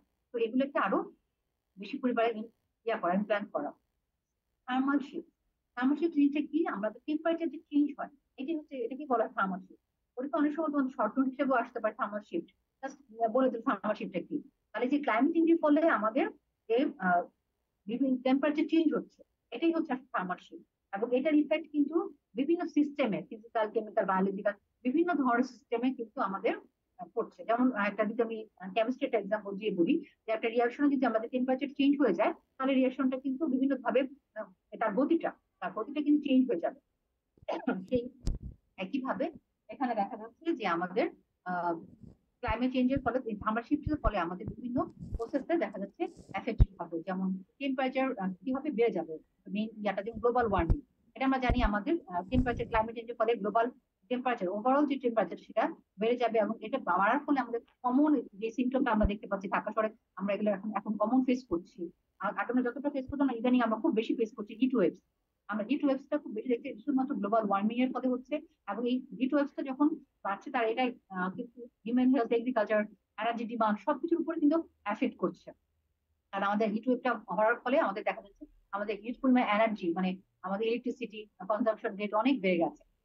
আর হিট আইল্যান্ডের ক্ষেত্রে যেমন আরবান এরিয়া গুলোতে এগুলো দেখা যাচ্ছে হায়ার টেম্পারেচার বেশি, মানে কম্পেয়ার টু রুরাল এরিয়া। কারণ আমরা যে রুরাল এরিয়া গুলোতে এখন পর্যন্ত কিছু গাছপালা আছে বা সয়েল আছে, মানে ওপেন ল্যান্ড আছে, সেগুলো কি করতে পারে, অ্যাবজর্ব করতে পারে টেম্পারেচার। বাট ইসের ক্ষেত্রে আরবানাইজেশনের ক্ষেত্রে যেটা হয়েছে, আমাদের ইম্পার্সিভ সার্ফেস লেয়ারের ফলে আমাদের বিভিন্ন ধরনের ইনফ্রাস্ট্রাকচার যেগুলো আমরা এমন ভাবে তৈরি করেছি, যেমন গ্লাসে তৈরি করেছি, সেগুলো কি করছে, হিট আরো অ্যাবজর্ব করছে। সো একটা অনেকটা হিট আইল্যান্ড হয়ে গেছে। তো এই যে এগুলা কি করছে, তাহলে ইনফ্রাস্ট্রাকচার গুলো এগুলা কি ইস্যুটাকে আরো মানে বাড়িয়ে দিচ্ছে। এখানে দেখা যাচ্ছে ইকোসিস্টেম বায়োডাইভার্সিটিও চেঞ্জ হচ্ছে, কারণ টেম্পারেচার রিলেভেন্ট বা টেম্পারেচার ডিপেন্ডেন্ট যে প্রাণীগুলো আছে, সেগুলো টেম্পারেচার রাইজ করার ফলে তার কিছু চেঞ্জ হয়ে যাচ্ছে। যেগুলা মোর ওয়ার্ম টেম্পারেচার থাকতো সেগুলো বাড়ছে, এবং যেগুলা মিডিয়াম টেম্পারেচার অথবা লো টেম্পারেচার সেগুলো কিন্তু ডিস্ট্রয় হয়ে যাচ্ছে। তাহলে তাদের বায়োডাইভার্সিটিটা কিন্তু চেঞ্জ হয়ে যাচ্ছে, এবং তার উপর ডিপেন্ডেন্ট যে অন্যান্য অর্গানিজমস গুলো আছে সেগুলো কিন্তু চেঞ্জ হয়ে যাচ্ছে। এছাড়া দেখা যাচ্ছে বিভিন্ন বায়োলজিক্যাল ইভেন্ট যেমন ফ্লাওয়ারিং, এগুলাও কিন্তু মাইগ্রেশন, এগুলোও কিন্তু চেঞ্জ হয়ে যাচ্ছে। কারণ নর্মাল যে একটা এগ্রিকালচারাল ক্রপ একটা সময় যে তৈরি হতো, মানে প্রডিউস হতো, সেই এগ্রিকালচার ল্যান্ডের যে লাইফ সাইকেল যে টেম্পারেচার উপর ডিপেন্ডেন্ট ছিল সেগুলোতে, বা রেনফলের উপর ডিপেন্ডেন্ট ছিল, সেগুলো ক্লাইমেট চেঞ্জের ফলে যখন এগুলো চেঞ্জ হয়ে যাচ্ছে, আর ওভারঅল লাইফ সাইকেলটাও কিন্তু চেঞ্জ হয়ে যাচ্ছে, মিসম্যাচ হয়ে যাচ্ছে। তার যে স্পিসিস গুলা, সেগুলো ফুড সোর্স চেঞ্জ হয়ে যাচ্ছে, তো তাদের লাইফ সাইকেলটাও প্যারালজিক্যাল যে ইয়াগুলো সেগুলো চেঞ্জ হয়ে যাচ্ছে। এছাড়া আমরা ক্রপ ইল্ডের কথা বললাম, গ্রোয়িং সিজন মাত্র বললাম, যেগুলো কিন্তু চেঞ্জ হয়ে যাচ্ছে। কারণ একটা ক্রপ যে সময় হিউজ পরিমাণ ইরিগেশন দরকার বা রেনফল দরকার, পানি দরকার, যে সময় যে টেম্পারেচারটা হলে তাদের মিডিয়াম টেম্পারেচার দরকার, সেই টেম্পারেচার না হয়ে অনেক ওয়ার্মার টেম্পারেচার হয়ে গেল, তখন কিন্তু তার পক্ষে গ্রো করা পসিবল না। তো এগুলো চেঞ্জ হবে। আর এর ফলে দেখা যাচ্ছে হিউম্যান হেলথে যেমন খুব কমন এখন আমার সঙ্গে হিট স্ট্রোক, হিট স্ট্রেস, এগুলো কিন্তু আমাদের খুব কমন একটা হয়ে গেছে, কারণ আমাদের হিট ওয়েভের ফলে, টেম্পারেচার রাইজের ফলে। এবং এছাড়া দেখা যাচ্ছে আমাদের ডিহাইড্রেশন, এই ধরনের যে প্রবলেম যেগুলো হচ্ছে, কারণ টেম্পারেচার বাড়ার ফলে বডি থেকে যখন বেশি পরিমাণে ওয়াটারটা ইয়া হয়ে যাচ্ছে, তখন কিন্তু আমাদের আহ, ইয়া হচ্ছে কি বলে থেকে বিভিন্ন ধরনের water relevant heat stroke, hit stress, এগুলো যেমন প্রবলেম হচ্ছে, ঠিক একই ভাবে আমাদের ওয়াটার বর্ন যে ডিজিজ গুলো আছে, সেই ডিজিজ গুলো এবং ওয়াটার প্যাথোজেন যেগুলো আছে, এই প্যাথোজেন গুলো ওয়ার্মার টেম্পারেচার বাড়ে, যেমন মাস্কিটো, সেগুলো বের দিয়ে আমাদের যে এই রিলেভেন্ট প্যাথোজেন রিলেভেন্ট যে ডিজিজ গুলো আছে, ম্যালেরিয়া, ডেঙ্গু, এগুলোও কিন্তু বেড়ে যাচ্ছে। এটার জন্য যে অ্যাডাপ্টেশন স্ট্র্যাটেজিটা নেওয়া উচিত বা নেওয়া যায়, সেটা হচ্ছে কি রেজিলিয়েন্ট ইনফ্রাস্ট্রাকচার তৈরি করা। মানে এমন সব আমাদের যখন বিল্ডিংটা তৈরি করা হবে, সেই বিল্ডিংটা তৈরি করার ক্ষেত্রে আমাদের কিছু ম্যাটেরিয়ালস যেগুলো ইউজ করা যায়, যে ম্যাটেরিয়ালস গুলো রিফ্লেক্ট করবে আমাদের হিটটাকে অ্যাবজর্ব করবে না, রিফ্লেক্ট করবে, সেই ধরনের মেকানিজম ইউজ করা, অথবা গার্ডেন গ্রিন রুফটপটা ইউজ করা, যাতে ছাদটা ইমিট করতে পারে বা অ্যাবজর্ব করে নিতে পারে হিটটাকে, এটাকে ইয়াতে মানে সরিয়ে না দেয়। ক্লাইমেট রেজিলিয়েন্ট এগ্রিকালচার ডেভেলপ করা, যেসব ক্রপ ভ্যারাইটি যেগুলো হিট রেজিস্ট্যান্ট, তাদেরকে তৈরি করা, যাতে আমাদের এগ্রিকালচার লস বা ফুড আমাদের লসটা না হয়। বা এফিসিয়েন্ট ইরিগেশন আমরা একটু আগে বললাম, ড্রিপ ইরিগেশন, স্প্রিংকলার ইরিগেশন, এই ধরনের ইরিগেশন প্র্যাকটিস গুলা বেশি বেশি করে আমাদেরকে চালু করা। এছাড়া ম্যানেজ ইকোসিস্টেম ম্যানেজমেন্টটা, সেটা আমরা তৈরি করতে হবে আমাদের অ্যাডমিশন স্ট্র্যাটেজির ক্ষেত্রে। আচ্ছা, এছাড়া দেখা যাচ্ছে স্ট্রং ইন্টেন্সিটি ফ্রিকোয়েন্সি, এগুলোর ক্ষেত্রেও দেখা যাচ্ছে আমাদের যেহেতু এর ক্লাইমেট চেঞ্জের ফলে আমাদের ইয়া হচ্ছে, কি বলে এটাকে, বিভিন্ন ধরনের ন্যাচারাল ক্যালামিটি, হারিকেন, টাইফুন, এগুলো বাড়ছে। তো এগুলো বাড়া মানে আমাদের হেভি প্রেসিপিটেশন হওয়া। এই রিলেভেন্ট যে প্রবলেম গুলো আছে আমাদের ওভারঅল সিস্টেমের ফলে, আমাদের ক্রপ ডিস্ট্রিবিউশন, ফ্রিকোয়েন্সি, এগুলা সবকিছু আমাদের কিন্তু চেঞ্জ হয়ে যাবে, এবং এর ফলে যে কোস্টাল এরিয়ায় বা ফ্লাডিং, এগুলো কিন্তু বেড়ে যাচ্ছে। এই বেড়ে যাওয়ার ফলে শুধুমাত্র এগ্রিকালচার, কমিউনিটি, ইনফ্রাস্ট্রাকচার সবকিছু কিন্তু মানে ফরেস্ট্রি, বায়োডাইভার্সিটি, ফিশারিজ সবকিছু এফেক্টেড হচ্ছে।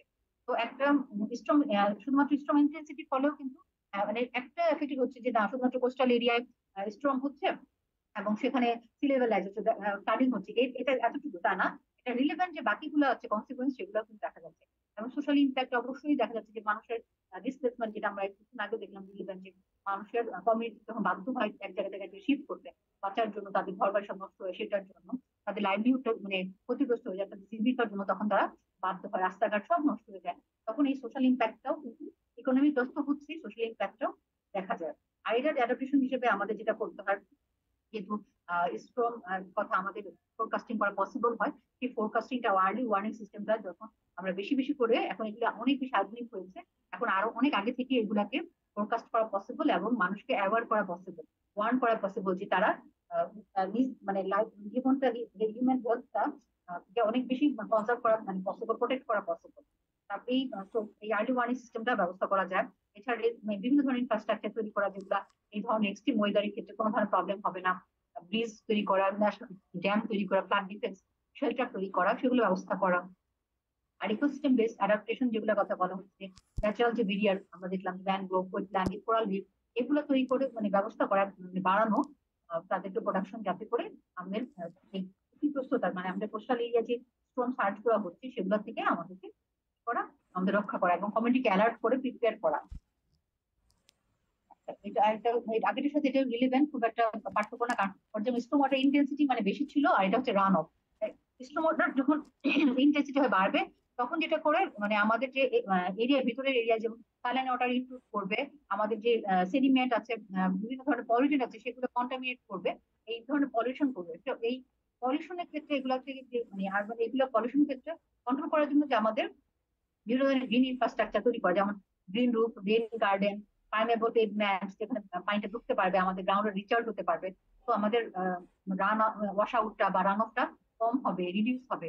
তারপরে বিভিন্ন ধরনের ম্যানেজমেন্ট প্র্যাকটিস নেওয়া, যেগুলোতে আমাদের স্টোমারের ড্রেনেজ সিস্টেমটা মানে এই জলোচ্ছ্বাসটা হলো, আমাদের যে ঝড়ের পরে যে ফ্লাডিংটা হলো, সেগুলা তাড়াতাড়ি আমাদের ড্রেনেজ সিস্টেমটা যদি হয়, তাহলে আমাদের যে রান অফটা বা আমাদের ইনফ্রাস্ট্রাকচারটা নষ্ট হওয়া, এগুলা ক্ষতি হবে, ক্ষতি কম হবে।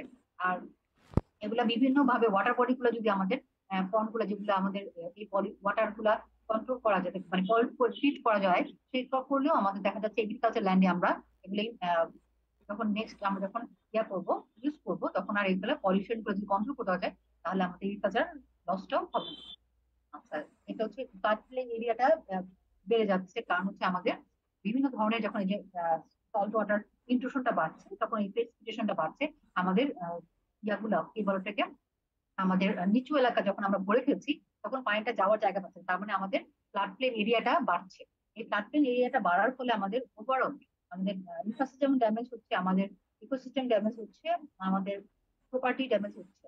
আর এটার ফলে আমাদের বিভিন্ন ধরনের ম্যাপিং, যেমন একটা সময়ে যেটা করেছিল আহ, অনেক আগে, যেমন বাঁধ তৈরি করেছে, যে ফ্লাডিং এর সময় আমরা বাঁধ তৈরি করে ফেলি, সো আমাদের কি হবে না, আমাদের কি বলে ওটাকে, আমাদের বন্যা হবে, বন্যা হলে জলোচ্ছ্বাস যেটা হবে, সেটা হলে আমাদের কোনো সমস্যা হবে না। কিন্তু আইলার ক্ষেত্রে বা সুনামিকে আমরা অনেক সময় দেখি, এই ধরনের ড্যামেজ তৈরি করার ফলে যেটা হয়, তখন এই পানিটা যখন ভিতরে ঢুকে, সেটা কিন্তু বের হওয়ার সুযোগ থাকে না, কারণ ড্যাম দিয়ে তো বাঁধ দিয়ে তো পুরো আটকে ফেলা হয়েছে। তখন যেটা হয়, ওয়াটার লগিং হয়ে যায়, ওয়াটার লগিং হিউজ পরিমাণে ওয়াটার লগিং থাকে, এবং তখন দেখা যায় আমাদের উল্টো যেটা ক্ষতিগ্রস্ত হয়, আমাদের তখন বিভিন্ন ধরনের প্যাথোজেন অ্যাক্টিভিটি বাড়তে থাকে, কারণ বদ্ধ পানি তখন বিভিন্ন প্যাথোজেন বাড়ে, এবং তখন আরো বিভিন্ন হেলথ রিলেটেড ইস্যু গুলা বাড়তে থাকে। তো এই যখন ম্যানেজমেন্ট করবো, ম্যাপ করা হবে, জোন করা হবে, এগুলো ম্যানেজ করার ক্ষেত্রে আমাদের নতুন নতুন টেকনিক ইউজ করতে হবে এবং ভালো করে রিসার্চ করতে হবে। ড্রিঙ্কিং ওয়াটার সাপ্লাই, এগুলো আর আমি ডিটেলস বলছি না, কারণ আমাদের বুঝতে পারছি যখন আমাদের এই ক্লাইমেট চেঞ্জের ফলে গ্লোবাল ওয়ার্মিং বা সি লেভেল রাইজ হচ্ছে, সল্ট ওয়াটার ইন্ট্রুশন হচ্ছে, আমাদের নিচে বিভিন্ন ন্যাচারাল ক্যালামিটিস বাড়ছে, আমাদের সল্ট ওয়াটারটা আমাদের ইনক্লুড হচ্ছে, ইনক্লুড হওয়ার ফলে আমাদের পলিশ ওয়াটার ইনক্লুড হচ্ছে, আমাদের ড্রিঙ্কিং ওয়াটার যে কোয়ালিটিটা আছে, সেটা ক্ষতিগ্রস্ত হচ্ছে।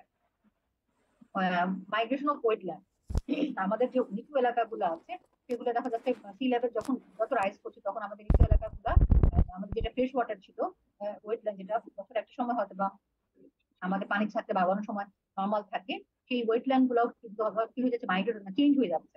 সেগুলো এখন বিভিন্ন ধরনের ন্যাচারাল বেরিয়ার্স এর দ্বারা, বিভিন্ন ধরনের ইউটিলিফিকেশনের ফলে কি হচ্ছে, এটা চেঞ্জ হয়ে আমাদের মাইগ্রেট হয়ে যাচ্ছে, বা এর ফলে যেমন এটা ডিপেন্ডেন্ট যে বায়োডাইভার্সিটি ছিল, সেগুলোও চেঞ্জ হয়ে যাচ্ছে, অনেক সময় এগুলো এক্সটিংক্ট হয়ে মারা যাচ্ছে।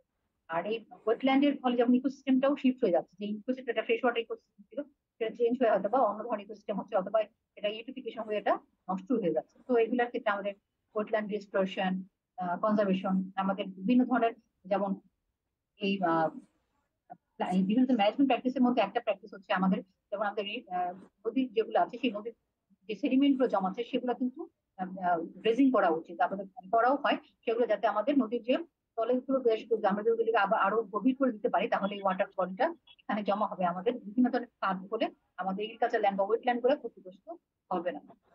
আচ্ছা, এটা হচ্ছে আমাদের একটা মেন পয়েন্ট। পরীক্ষায় এই কোশ্চেন গুলো আসলে এইভাবে উল্লেখ করে দেওয়া দিতে পারে, মেনলি আমাদের একটা বাংলাদেশের নাম উল্লেখ করে দিতে চান্সটাই খুব বেশি, যে আমাদের ক্লাইমেট চেঞ্জ আর ওয়াটার রিসোর্সের ফলে, ক্লাইমেট চেঞ্জের ফলে যে আমাদের বাংলাদেশের ওয়াটার রিসোর্স প্রবলেম হয়।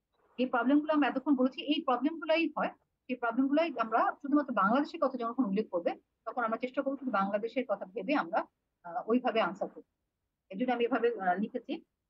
তোমার পরীক্ষা আর একটু ডিটেলস লিখবে, এবং মোটামুটি ভেবে রাখো এই প্রশ্নটা খুব ইম্পর্টেন্ট এটা পরীক্ষার জন্য।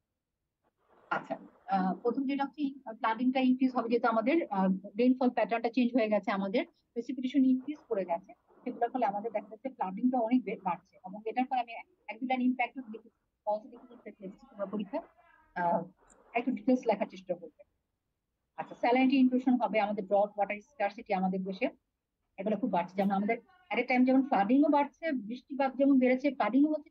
আর অন্যদিকে আমাদের দেশে যে রডও বেড়েছে, আমাদের দেশে এখন যে পরিমাণে বৃষ্টি হচ্ছে একটা সময়, সেই সময় দেখা যাচ্ছে একদম বৃষ্টিপাত না, একদম পানিই নেই, আমাদের সার্ফেস ওয়াটারও হয়তো বা ওখানে দেখা যাচ্ছে না, তাহলে দেখা যাচ্ছে আমাদের, তবে আমাদের ওয়াটার স্কারসিটিও দেখা যায়। শুধুমাত্র আমাদের একসময় ফ্লাড হচ্ছে, আমাদের লো লাইং এরিয়াতে অনেক পানি দেখা যাচ্ছে, সেটাও যেমন আমরা প্রবলেম ফেস করছি, আমাদের কোস্টাল এরিয়াতে স্যালাইন ইনক্লুশনের ফলে আমাদের ওখানকার এগ্রিকালচার ল্যান্ডে প্রবলেম হচ্ছে, আবার ঠিক একই ভাবে ওয়াটার স্কার্সিটির জন্য আমরা আমাদের ক্রপ গ্রো করা যাচ্ছে না, সেটাও দেখতে পাচ্ছি।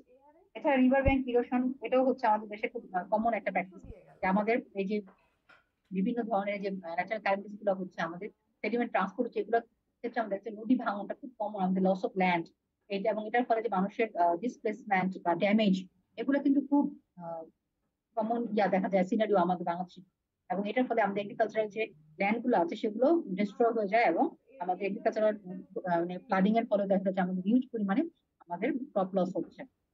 এছাড়া আমাদের যে ন্যাচারাল যে ক্লাইমেট ছিল, আমাদের যে প্যাটার্নটাও চেঞ্জ হয়ে যায়, আমাদের মনসুন প্যাটার্নটাও চেঞ্জ হয়ে গেছে, টাইমিং ডিউরেশন বা ইন্টেন্সিটি রেইন করে করে, এটা এখন অনেকটা আনসার্টেন হয়ে গেছে। যে সময়টা বৃষ্টিপাত হতো সেই সময়টা এখন বৃষ্টি হচ্ছে না, সেই সময়টা দেখা যাচ্ছে এখন খুব গরম বা খুব টেম্পারেচার হাই বা রড দেখা যাচ্ছে, আবার যে সময় বৃষ্টিপাত হবে না কিন্তু সেই সময় দেখা যাচ্ছে হিউজ পরিমাণ রেনফল হচ্ছে, ফ্লাডিং হচ্ছে। তাহলে এটা ম্যানেজমেন্ট স্ট্র্যাটেজি গুলোও আমাদের আগে গুলো আমি তার আলোচনা করছিলাম, তো আমি এবার বলে যাচ্ছি যে ফ্লাড ম্যানেজমেন্টের ক্ষেত্রে আমরা জানি ইনফ্রাস্ট্রাকচার ডেভেলপ করতে হবে, আমাদের ফ্লাড শেল্টার তৈরি করতে হবে, ড্যাম দিতে হবে, বাঁধ দিতে হবে, আর্লি ওয়ার্নিং সিস্টেম করতে হবে, পিপলকে অ্যাওয়ার করতে হবে, কমিউনিটি শিফট করতে হবে, যাতে তারা ফ্লাডের জন্য প্রিপেয়ার থাকে, তাদের কোন লাইফের কোনো ক্ষতিগ্রস্ত না হয়।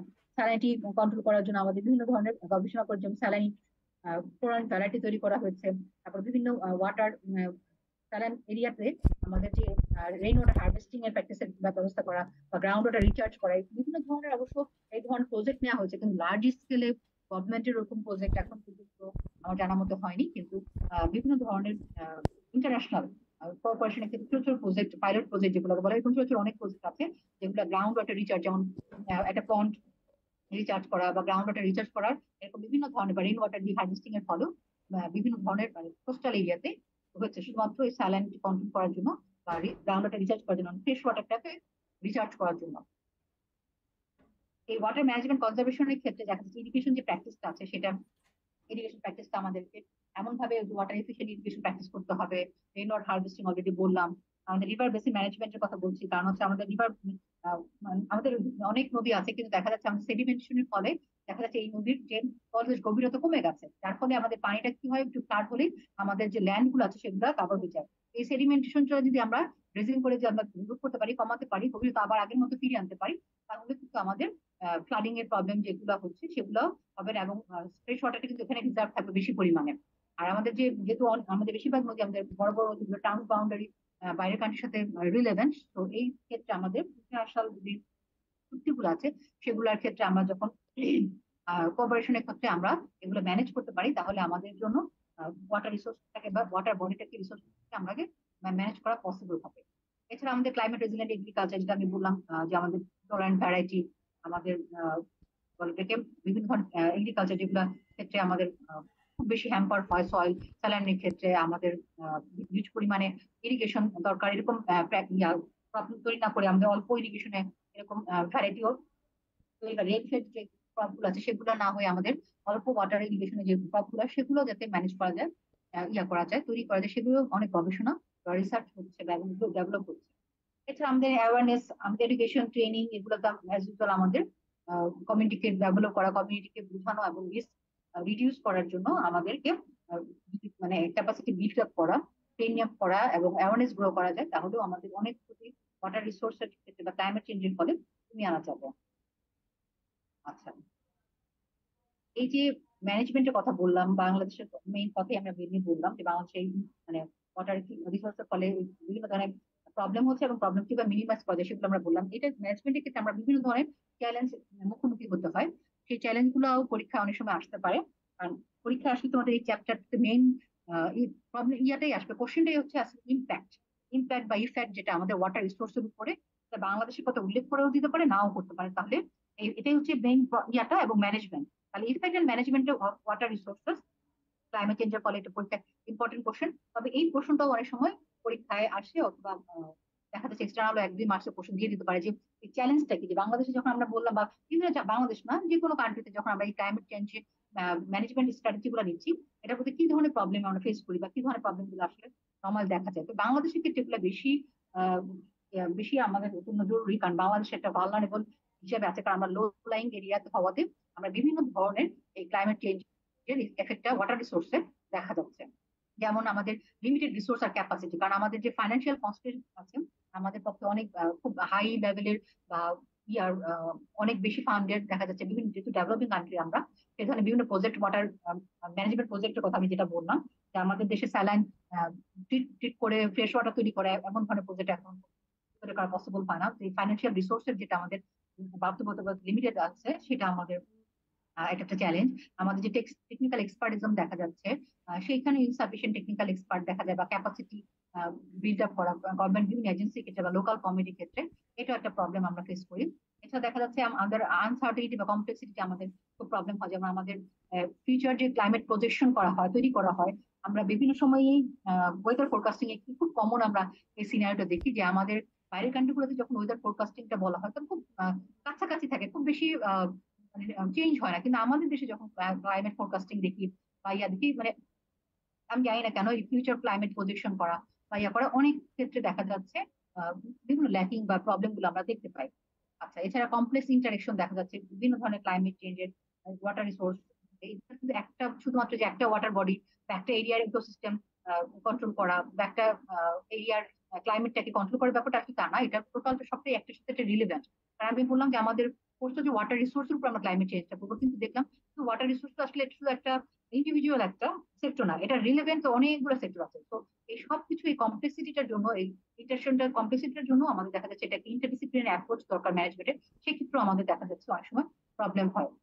আর আরেকটা যেটা মেজর আমাদের একটা ইস্যু আছে সেটা হচ্ছে ট্রান্স বাউন্ডারি ইস্যুস আমাদের ক্ষেত্রে, যেটা প্রবলেম আমরা ফেস করি। তো আমাদের আমরা লো সাইডের বা লো লাইং এরিয়া আমাদের বাংলাদেশটা অবস্থিত, দেখা যাচ্ছে আমাদের আপস্ট্রিমের যে রিভার কান্ট্রি গুলো আছে, আপস্ট্রিম যে রিভার যেগুলো থেকে আমাদের ট্রান্সবাউন্ডারি রিভার আছে, সেক্ষেত্রে দেখা যাচ্ছে আমাদের কোঅর্ডিনেশন ক্ষেত্রে, আমাদের ইন্টারন্যাশনাল বিভিন্ন ট্রিটির ক্ষেত্রে, ইয়ার ক্ষেত্রে কনফ্লিক্ট, বিভিন্ন ধরনের কনফ্লিক্ট প্রবলেম আমরা বিভিন্ন সময় দেখতে পাই। এবং এইগুলোর ক্ষেত্রেও আমাদের দেখা যাচ্ছে ক্লাইমেট চেঞ্জের ইফেক্ট ওয়াটার রিসোর্সের উপরে পড়ে, এবং সেই ওয়াটার রিসোর্সের সাথে যে চুক্তিগুলোর ক্ষেত্রে দেখা যায়, ইস্যুগুলোর ক্ষেত্রেও দেখা যাচ্ছে আমাদের কমিউনিটি গুলা আমাদের দেখা যাচ্ছে, যেমন ফ্লাডিং এর সময় আমাদের পানি চলে এসে আমাদের ফ্লাড হয়ে যাচ্ছে, আবার ডটের সময় দেখা যাচ্ছে পানি পাচ্ছি না, কিন্তু আপস্ট্রিমে হয়তো বা পানি আছে। কিন্তু এরকম আমাদের অনেক ধরনের ইস্যুস আমরা চ্যালেঞ্জ গুলা সম্মুখীন করি। এছাড়া আমাদের যেমন ইনফ্রাস্ট্রাকচার, যেটা আমরা বললাম যে আমাদের ইনঅ্যাডিকুয়েট বা অনেক আগের ইনফ্রাস্ট্রাকচার, ড্যাম তৈরি করা, নদীমুখী যে বাঁধ দেওয়া, সেই বিভিন্ন ধরনের ইয়াগুলো, সেগুলোর সাথে আমাদের বিভিন্ন এজিং ইনফ্রাস্ট্রাকচার আমাদের বিভিন্ন প্রবলেম গুলো আমরা ফেস করি। তারপর আমাদের টেকনোলজি যে গ্যাপ গুলো আছে, যেমন একটা সময়ে আমাদের বিভিন্ন প্রজেক্ট যখন নেওয়া হতো তখন দেখা যায় আমরা বলেছিলাম আমাদের ঢাকায় বসে দেখা যাচ্ছে একটা রিমোট এরিয়া বা কোস্টাল এরিয়ায় প্রজেক্ট তৈরি করা হয়েছে এবং ওভাবে বসে বসে বলে বলে ওটা ওখানে ডেভেলপ করা হয়েছে, কিন্তু ওখানে কতটুকু যুক্তিসঙ্গত বা ওই এরিয়াতে ওইখানেই বাচ্চা তৈরি হবে কিনা বা বৃষ্টি তৈরি হবে কিনা বা ওখানেই শেল্টারটা তৈরি হবে কিনা, এরকম বিভিন্ন ধরনের স্টাডি যেগুলো আছে এই গুলা আমাদের ধরনের প্রবলেম, আমরা চ্যালেঞ্জ গুলা ফেস করি। এখন এটা অনেকটা মিনিমাইজ হয়েছে, আর লোকাল পার্টিসিপেশন যখন আমাদের বিভিন্ন ক্ষেত্রে, লোকাল পার্টিসিপেশনের ক্ষেত্রে আমাদের অনেক প্রবলেম আমরা জানি যে আছে, সে তারপরেও আমাদের অনেক এগুলা হয় কিছুটা মিনিমাইজ অথবা হয়েছে, বা টেকনোলজি গ্যাপ গুলো আমাদের আসলে এই প্রবলেম গুলো আমাদের চ্যালেঞ্জ গুলো আসলে ফেস করতে হয়। আচ্ছা, এটা আরেকটা হচ্ছে আমাদের ইনস্টিটিউশনাল গভর্নমেন্ট ইস্যু যেগুলো আছে সেগুলোর ক্ষেত্রে আমাদের দেখা যাচ্ছে যে গভর্নমেন্টের যে এই যে বিভিন্ন সেক্টর গুলো এটার সাথে অ্যারেঞ্জ করা, এটা একটা ইন্টিগ্রেটেড ওয়েতে আমাদের ম্যানেজ করা গভর্নমেন্টের। আর গভর্নমেন্টেরও এখানে বিভিন্ন সেক্টর আছে, ওয়াটার সেক্টর যদি আমি বলি, আলাদা আলাদা সেক্টর আছে, প্রত্যেকটা সেক্টরের সাথে সমন্বিত ভাবে ইন্টিগ্রেটেড ওয়েতে, ইন্টারডিসিপ্লিনারি ওয়েতে যে যারা যে স্টেক হোল্ডার গুলো আছে সেই স্টেক হোল্ডার সবাইকে নিয়ে যখন গভর্নমেন্টের একটা ম্যানেজমেন্ট প্র্যাকটিস বা পলিসি করা বা সেগুলোকে প্রজেক্ট গুলোকে রান করা, এগুলোর ক্ষেত্রে আমরা বিভিন্ন চ্যালেঞ্জ আমরা ফেস করি। আর বিভিন্ন এখানে যে পলিসির কথা বললাম, স্ট্র্যাটেজির কথা বললাম, এটা লোকাল লেভেলে বা ইমপ্লিমেন্টের ক্ষেত্রে দেখা যাচ্ছে অনেক গ্যাপ। বললাম যে এনফোর্সমেন্টের ক্ষেত্রে আমাদের অনেক প্রবলেম ফেস করি বা ইস্যু গুলো আমরা দেখতে পাই। এছাড়া আরেকটা জিনিস হচ্ছে সোশ্যাল ইকোনমিক যে কনসিডারেশন যেগুলো আছে, আমাদের সোশ্যাল ভালনারেবিলিটি বা লাইভলিহুড ইম্প্যাক্টের ক্ষেত্রে যেটা আমরা দেখতে পাই যে আমাদের কমিউনিটি যখন এই এফেক্টেড হচ্ছে ক্লাইমেট চেঞ্জের ফলে, এই কমিউনিটি গুলো যখন তাদের বেশিরভাগ গরিব দরিদ্র আহ, মহিলা বা মার্জিনালাইজ যে গ্রুপ গুলো আছে সেগুলা যখন এফেক্টেড হচ্ছে ওয়াটার রিসোর্সের ফলে, এই ইনফ্রাস্ট্রাকচার বা ইনফরমেশন তাদের এই প্রপার ওয়েতে তাদেরকে হয়তো বা ইনফরমেশন তারা জানছে না বা পাচ্ছে না, অনেক সময় এই ল্যাকিং গুলা দেখা যায়, এই চ্যালেঞ্জ গুলো আমাদের ফেস করা হয়তো বা তাদেরকে কাছে পৌঁছানো যাচ্ছে না বিভিন্ন ভাবে।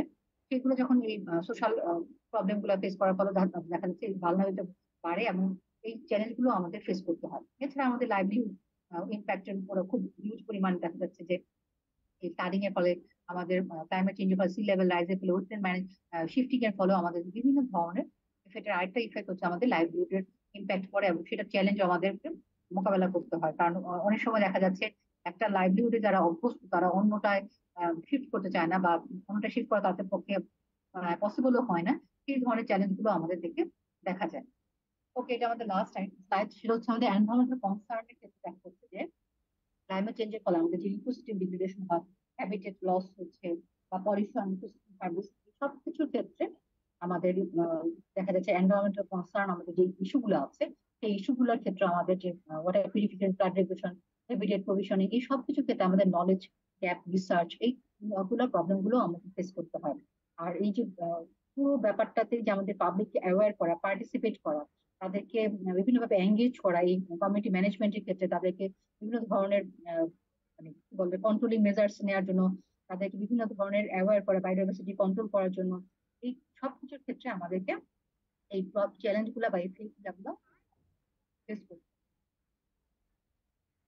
ওকে, আর এই এটা যেটা আমাদের এই যে চ্যালেঞ্জ গুলোর কথা বললাম, এই চ্যালেঞ্জ গুলোর ক্ষেত্রে আমি জাস্ট কয়েকটা পয়েন্ট লিখেছি। এই চ্যালেঞ্জ গুলো আমাদেরকে মিনিমাইজ করার ক্ষেত্রে আমাদেরকে অনেক অনেক ইয়া আছে, স্টেপস নেওয়া হয় বা স্ট্র্যাটেজি নেওয়া হয়, মেজার্স নেওয়া হয়। তার মধ্যে কয়েকটা আমি বলতে, যেমন আমাদের এই যে ইনস্টিটিউশনাল ক্যাপাসিটি বা গভর্নমেন্টের যে স্ট্রাকচার আছে, ইন্টিগ্রেটেড ওয়াটার রিসোর্স ম্যানেজমেন্ট ক্ষেত্রে সেটাকে স্ট্রেনথেন করা, ওটা সবচেয়ে বড় বা মেইন আমাদের ইয়া। কারণ হচ্ছে এই ইনস্টিটিউশনাল ক্যাপাসিটি যদি ইমপ্রুভ করা যায়, গভর্নমেন্ট স্ট্রাকচারটা যদি মানে ইন্টিগ্রেটেড ওয়াটার রিসোর্স ম্যানেজমেন্টে মানে আরো বেশি ভাবে স্ট্রেনথেন করা যায়, তাহলেই আমাদের কিন্তু ওভারঅল ওয়াটার রিসোর্সটা ক্ষেত্রে যে ক্লাইমেট চেঞ্জের ফলে যে এফেক্ট হচ্ছে তাকে কন্ট্রোল করা পসিবল। আর এটার চ্যালেঞ্জটাকে মিনিমাইজ করাটা অনেক ক্ষেত্রে মানে আমাদের পসিবল। এছাড়া দেখা যায় ইনফ্রাস্ট্রাকচার আপডেট করা, টেকনোলজিকে আপলোড মানে নতুন আপডেট করা, সরি, টেকনোলজিকে আপডেট করা, ইনোভেশন, নতুন ইনোভেটিভ মেজার্স নেওয়া, climate resilient water system practice করা, এই ধরনের যদি করা যায় তো সেক্ষেত্রে চ্যালেঞ্জগুলো আমাদের মোকাবেলা করা পসিবল। এছাড়া ট্রান্সবাউন্ডারি কোপারেশন, ডিপ্লোমেসি, যেটা আমাদের ট্রান্সবাউন্ডারি ইস্যু গুলো আছে সেগুলোর ক্ষেত্রে আসলে এর বাইরে কিছু করার নেই, ডিপ্লোমেটিক ওয়েতেই আমাদের শেয়ার গুলো, ওয়াটার ম্যানেজমেন্ট করাটা আমাদের ওয়েতে যদি করা যায় তাহলে আমাদের চ্যালেঞ্জ গুলোটা করে। এছাড়া পাবলিক অ্যাওয়ারনেস, এডুকেশন, এইগুলো যেমন আমাদেরকে ইমপ্রুভ করতে হবে, তাহলে সেক্ষেত্রে আমাদের ম্যানেজমেন্ট প্র্যাকটিসটা আরো ইজিলি করা যাবে। এবং লাস্ট বাট ইম্পর্টেন্ট, সেটা হচ্ছে ফাইন্যান্সিয়াল রিসোর্স এবং পার্টনারশিপ। এই climate resilient one price structure, এটার ক্ষেত্রে দেখা যাচ্ছে গভর্নমেন্টের একটা হিউজ পরিমাণে ইনভেস্ট দরকার। সেক্ষেত্রে দেখা যাচ্ছে আমাদের এইগুলা যদি আমাদের মেজার্স গুলো নেওয়া যেতে পারে, তাহলে আমাদের এই চ্যালেঞ্জ গুলা মিনিমাইজ করা, কন্ট্রোল করা possible. Okay, that's all for today. আচ্ছা, আমাদের এটা আসলে লাস্ট চ্যাপ্টার, আমাদের কোর্স শেষ। তবে বৃহস্পতিবার দিন হয়তো আমি আসবো তোমাদের ক্লাসে, তোমাদের সাথে এই ওভারঅল কোর্সের ব্যাপারে বা কিছু কথা বলতে বা ইন কোর্সের নাম্বার দিতে, সেটা আমি কথা বলবো। কারণ পুরো পরীক্ষাটা মানে পরীক্ষায় কেমন হবে সেটা আমি অলরেডি ক্লাসে বলি, তারপর আমি লাস্ট ক্লাসে হয়তো একটু, কিন্তু অফিসিয়ালি আমাদের কোর্স বা ক্লাসটা শেষ। একটা রিভিউ ক্লাস বলতে পারো বৃহস্পতিবার হবে। আর এটা তাহলে দেখা যাচ্ছে আমাদের ক্লাইমেট, যদি আমি বলি আমাদের মেইন পোর্শন যদি এই চ্যাপ্টারে ক্ষেত্রে আজকে আলোচনা করি, তাহলে বলবো যে পরীক্ষায় মেইনলি আসতেই পারে একদম হাইলাইট করে যদি ক্লাইমেট চেঞ্জের ইফেক্টটা বা ইম্প্যাক্টটা কিসের উপর বাংলাদেশের পার্সপেক্টিভে ওয়াটার রিসোর্সের উপর। হ্যাঁ, এবং এটা ম্যানেজমেন্ট প্র্যাকটিস, এটা হচ্ছে সবচেয়ে বড় প্রশ্ন বা মেইন প্রশ্ন। তবে এর বাইরে যেটা আমরা করেছিলাম, যেমন এটার কজটা কি, বা এর ফলে রিলেভেন্ট যে সেক্টর গুলো আছে সেক্টর ওয়াইজ যদি পরীক্ষায় আসে, কারণ যে প্রশ্নগুলো আছে বেশ বড় প্রশ্ন, একটা পুরো একদম কি বলে এটাকে 10 মার্কসের যদি কোশ্চেন বলি সেটা এরকম একটা কোশ্চেন। কিন্তু এর বাইরে ছোট ছোট প্রশ্ন আসে বা এরকম স্পেসিফিক করে দেয়, যেমন আমাদের এই ওয়াটার রিসোর্স সেক্টর রিলেটেড যে আদার্স যে সেক্টর গুলো আছে সেগুলো ধরে ধরে বলে, তাহলে কিন্তু তোমাদের আরেকটু ডিটেলসে লিখতে হবে। তখন কিন্তু একদম পয়েন্ট ধরে, যেমন এগ্রিকালচার বললাম বা ফিশারিজ বললাম, তখন কিন্তু তার ইম্প্যাক্টটা কি এবং তার ইম্প্যাক্ট থেকে শুধু যে ইম্প্যাক্ট আসলে তাই না, যদি ইম্প্যাক্ট সাথে ম্যানেজমেন্ট প্র্যাকটিসও দেয়, তাহলে এভাবেই লিখতে হবে। ঠিক আছে, ওকে, তাহলে আজকে এ পর্যন্তই। আজকে তোমরা দুইটা পাবে, অ্যাটেন্ডেন্স পাবে। ওকে, থ্যাংক ইউ অল, ক্লাস শেষ করছি এখন। আসসালামু আলাইকুম। আসসালামু আলাইকুম ম্যাম। Thank you.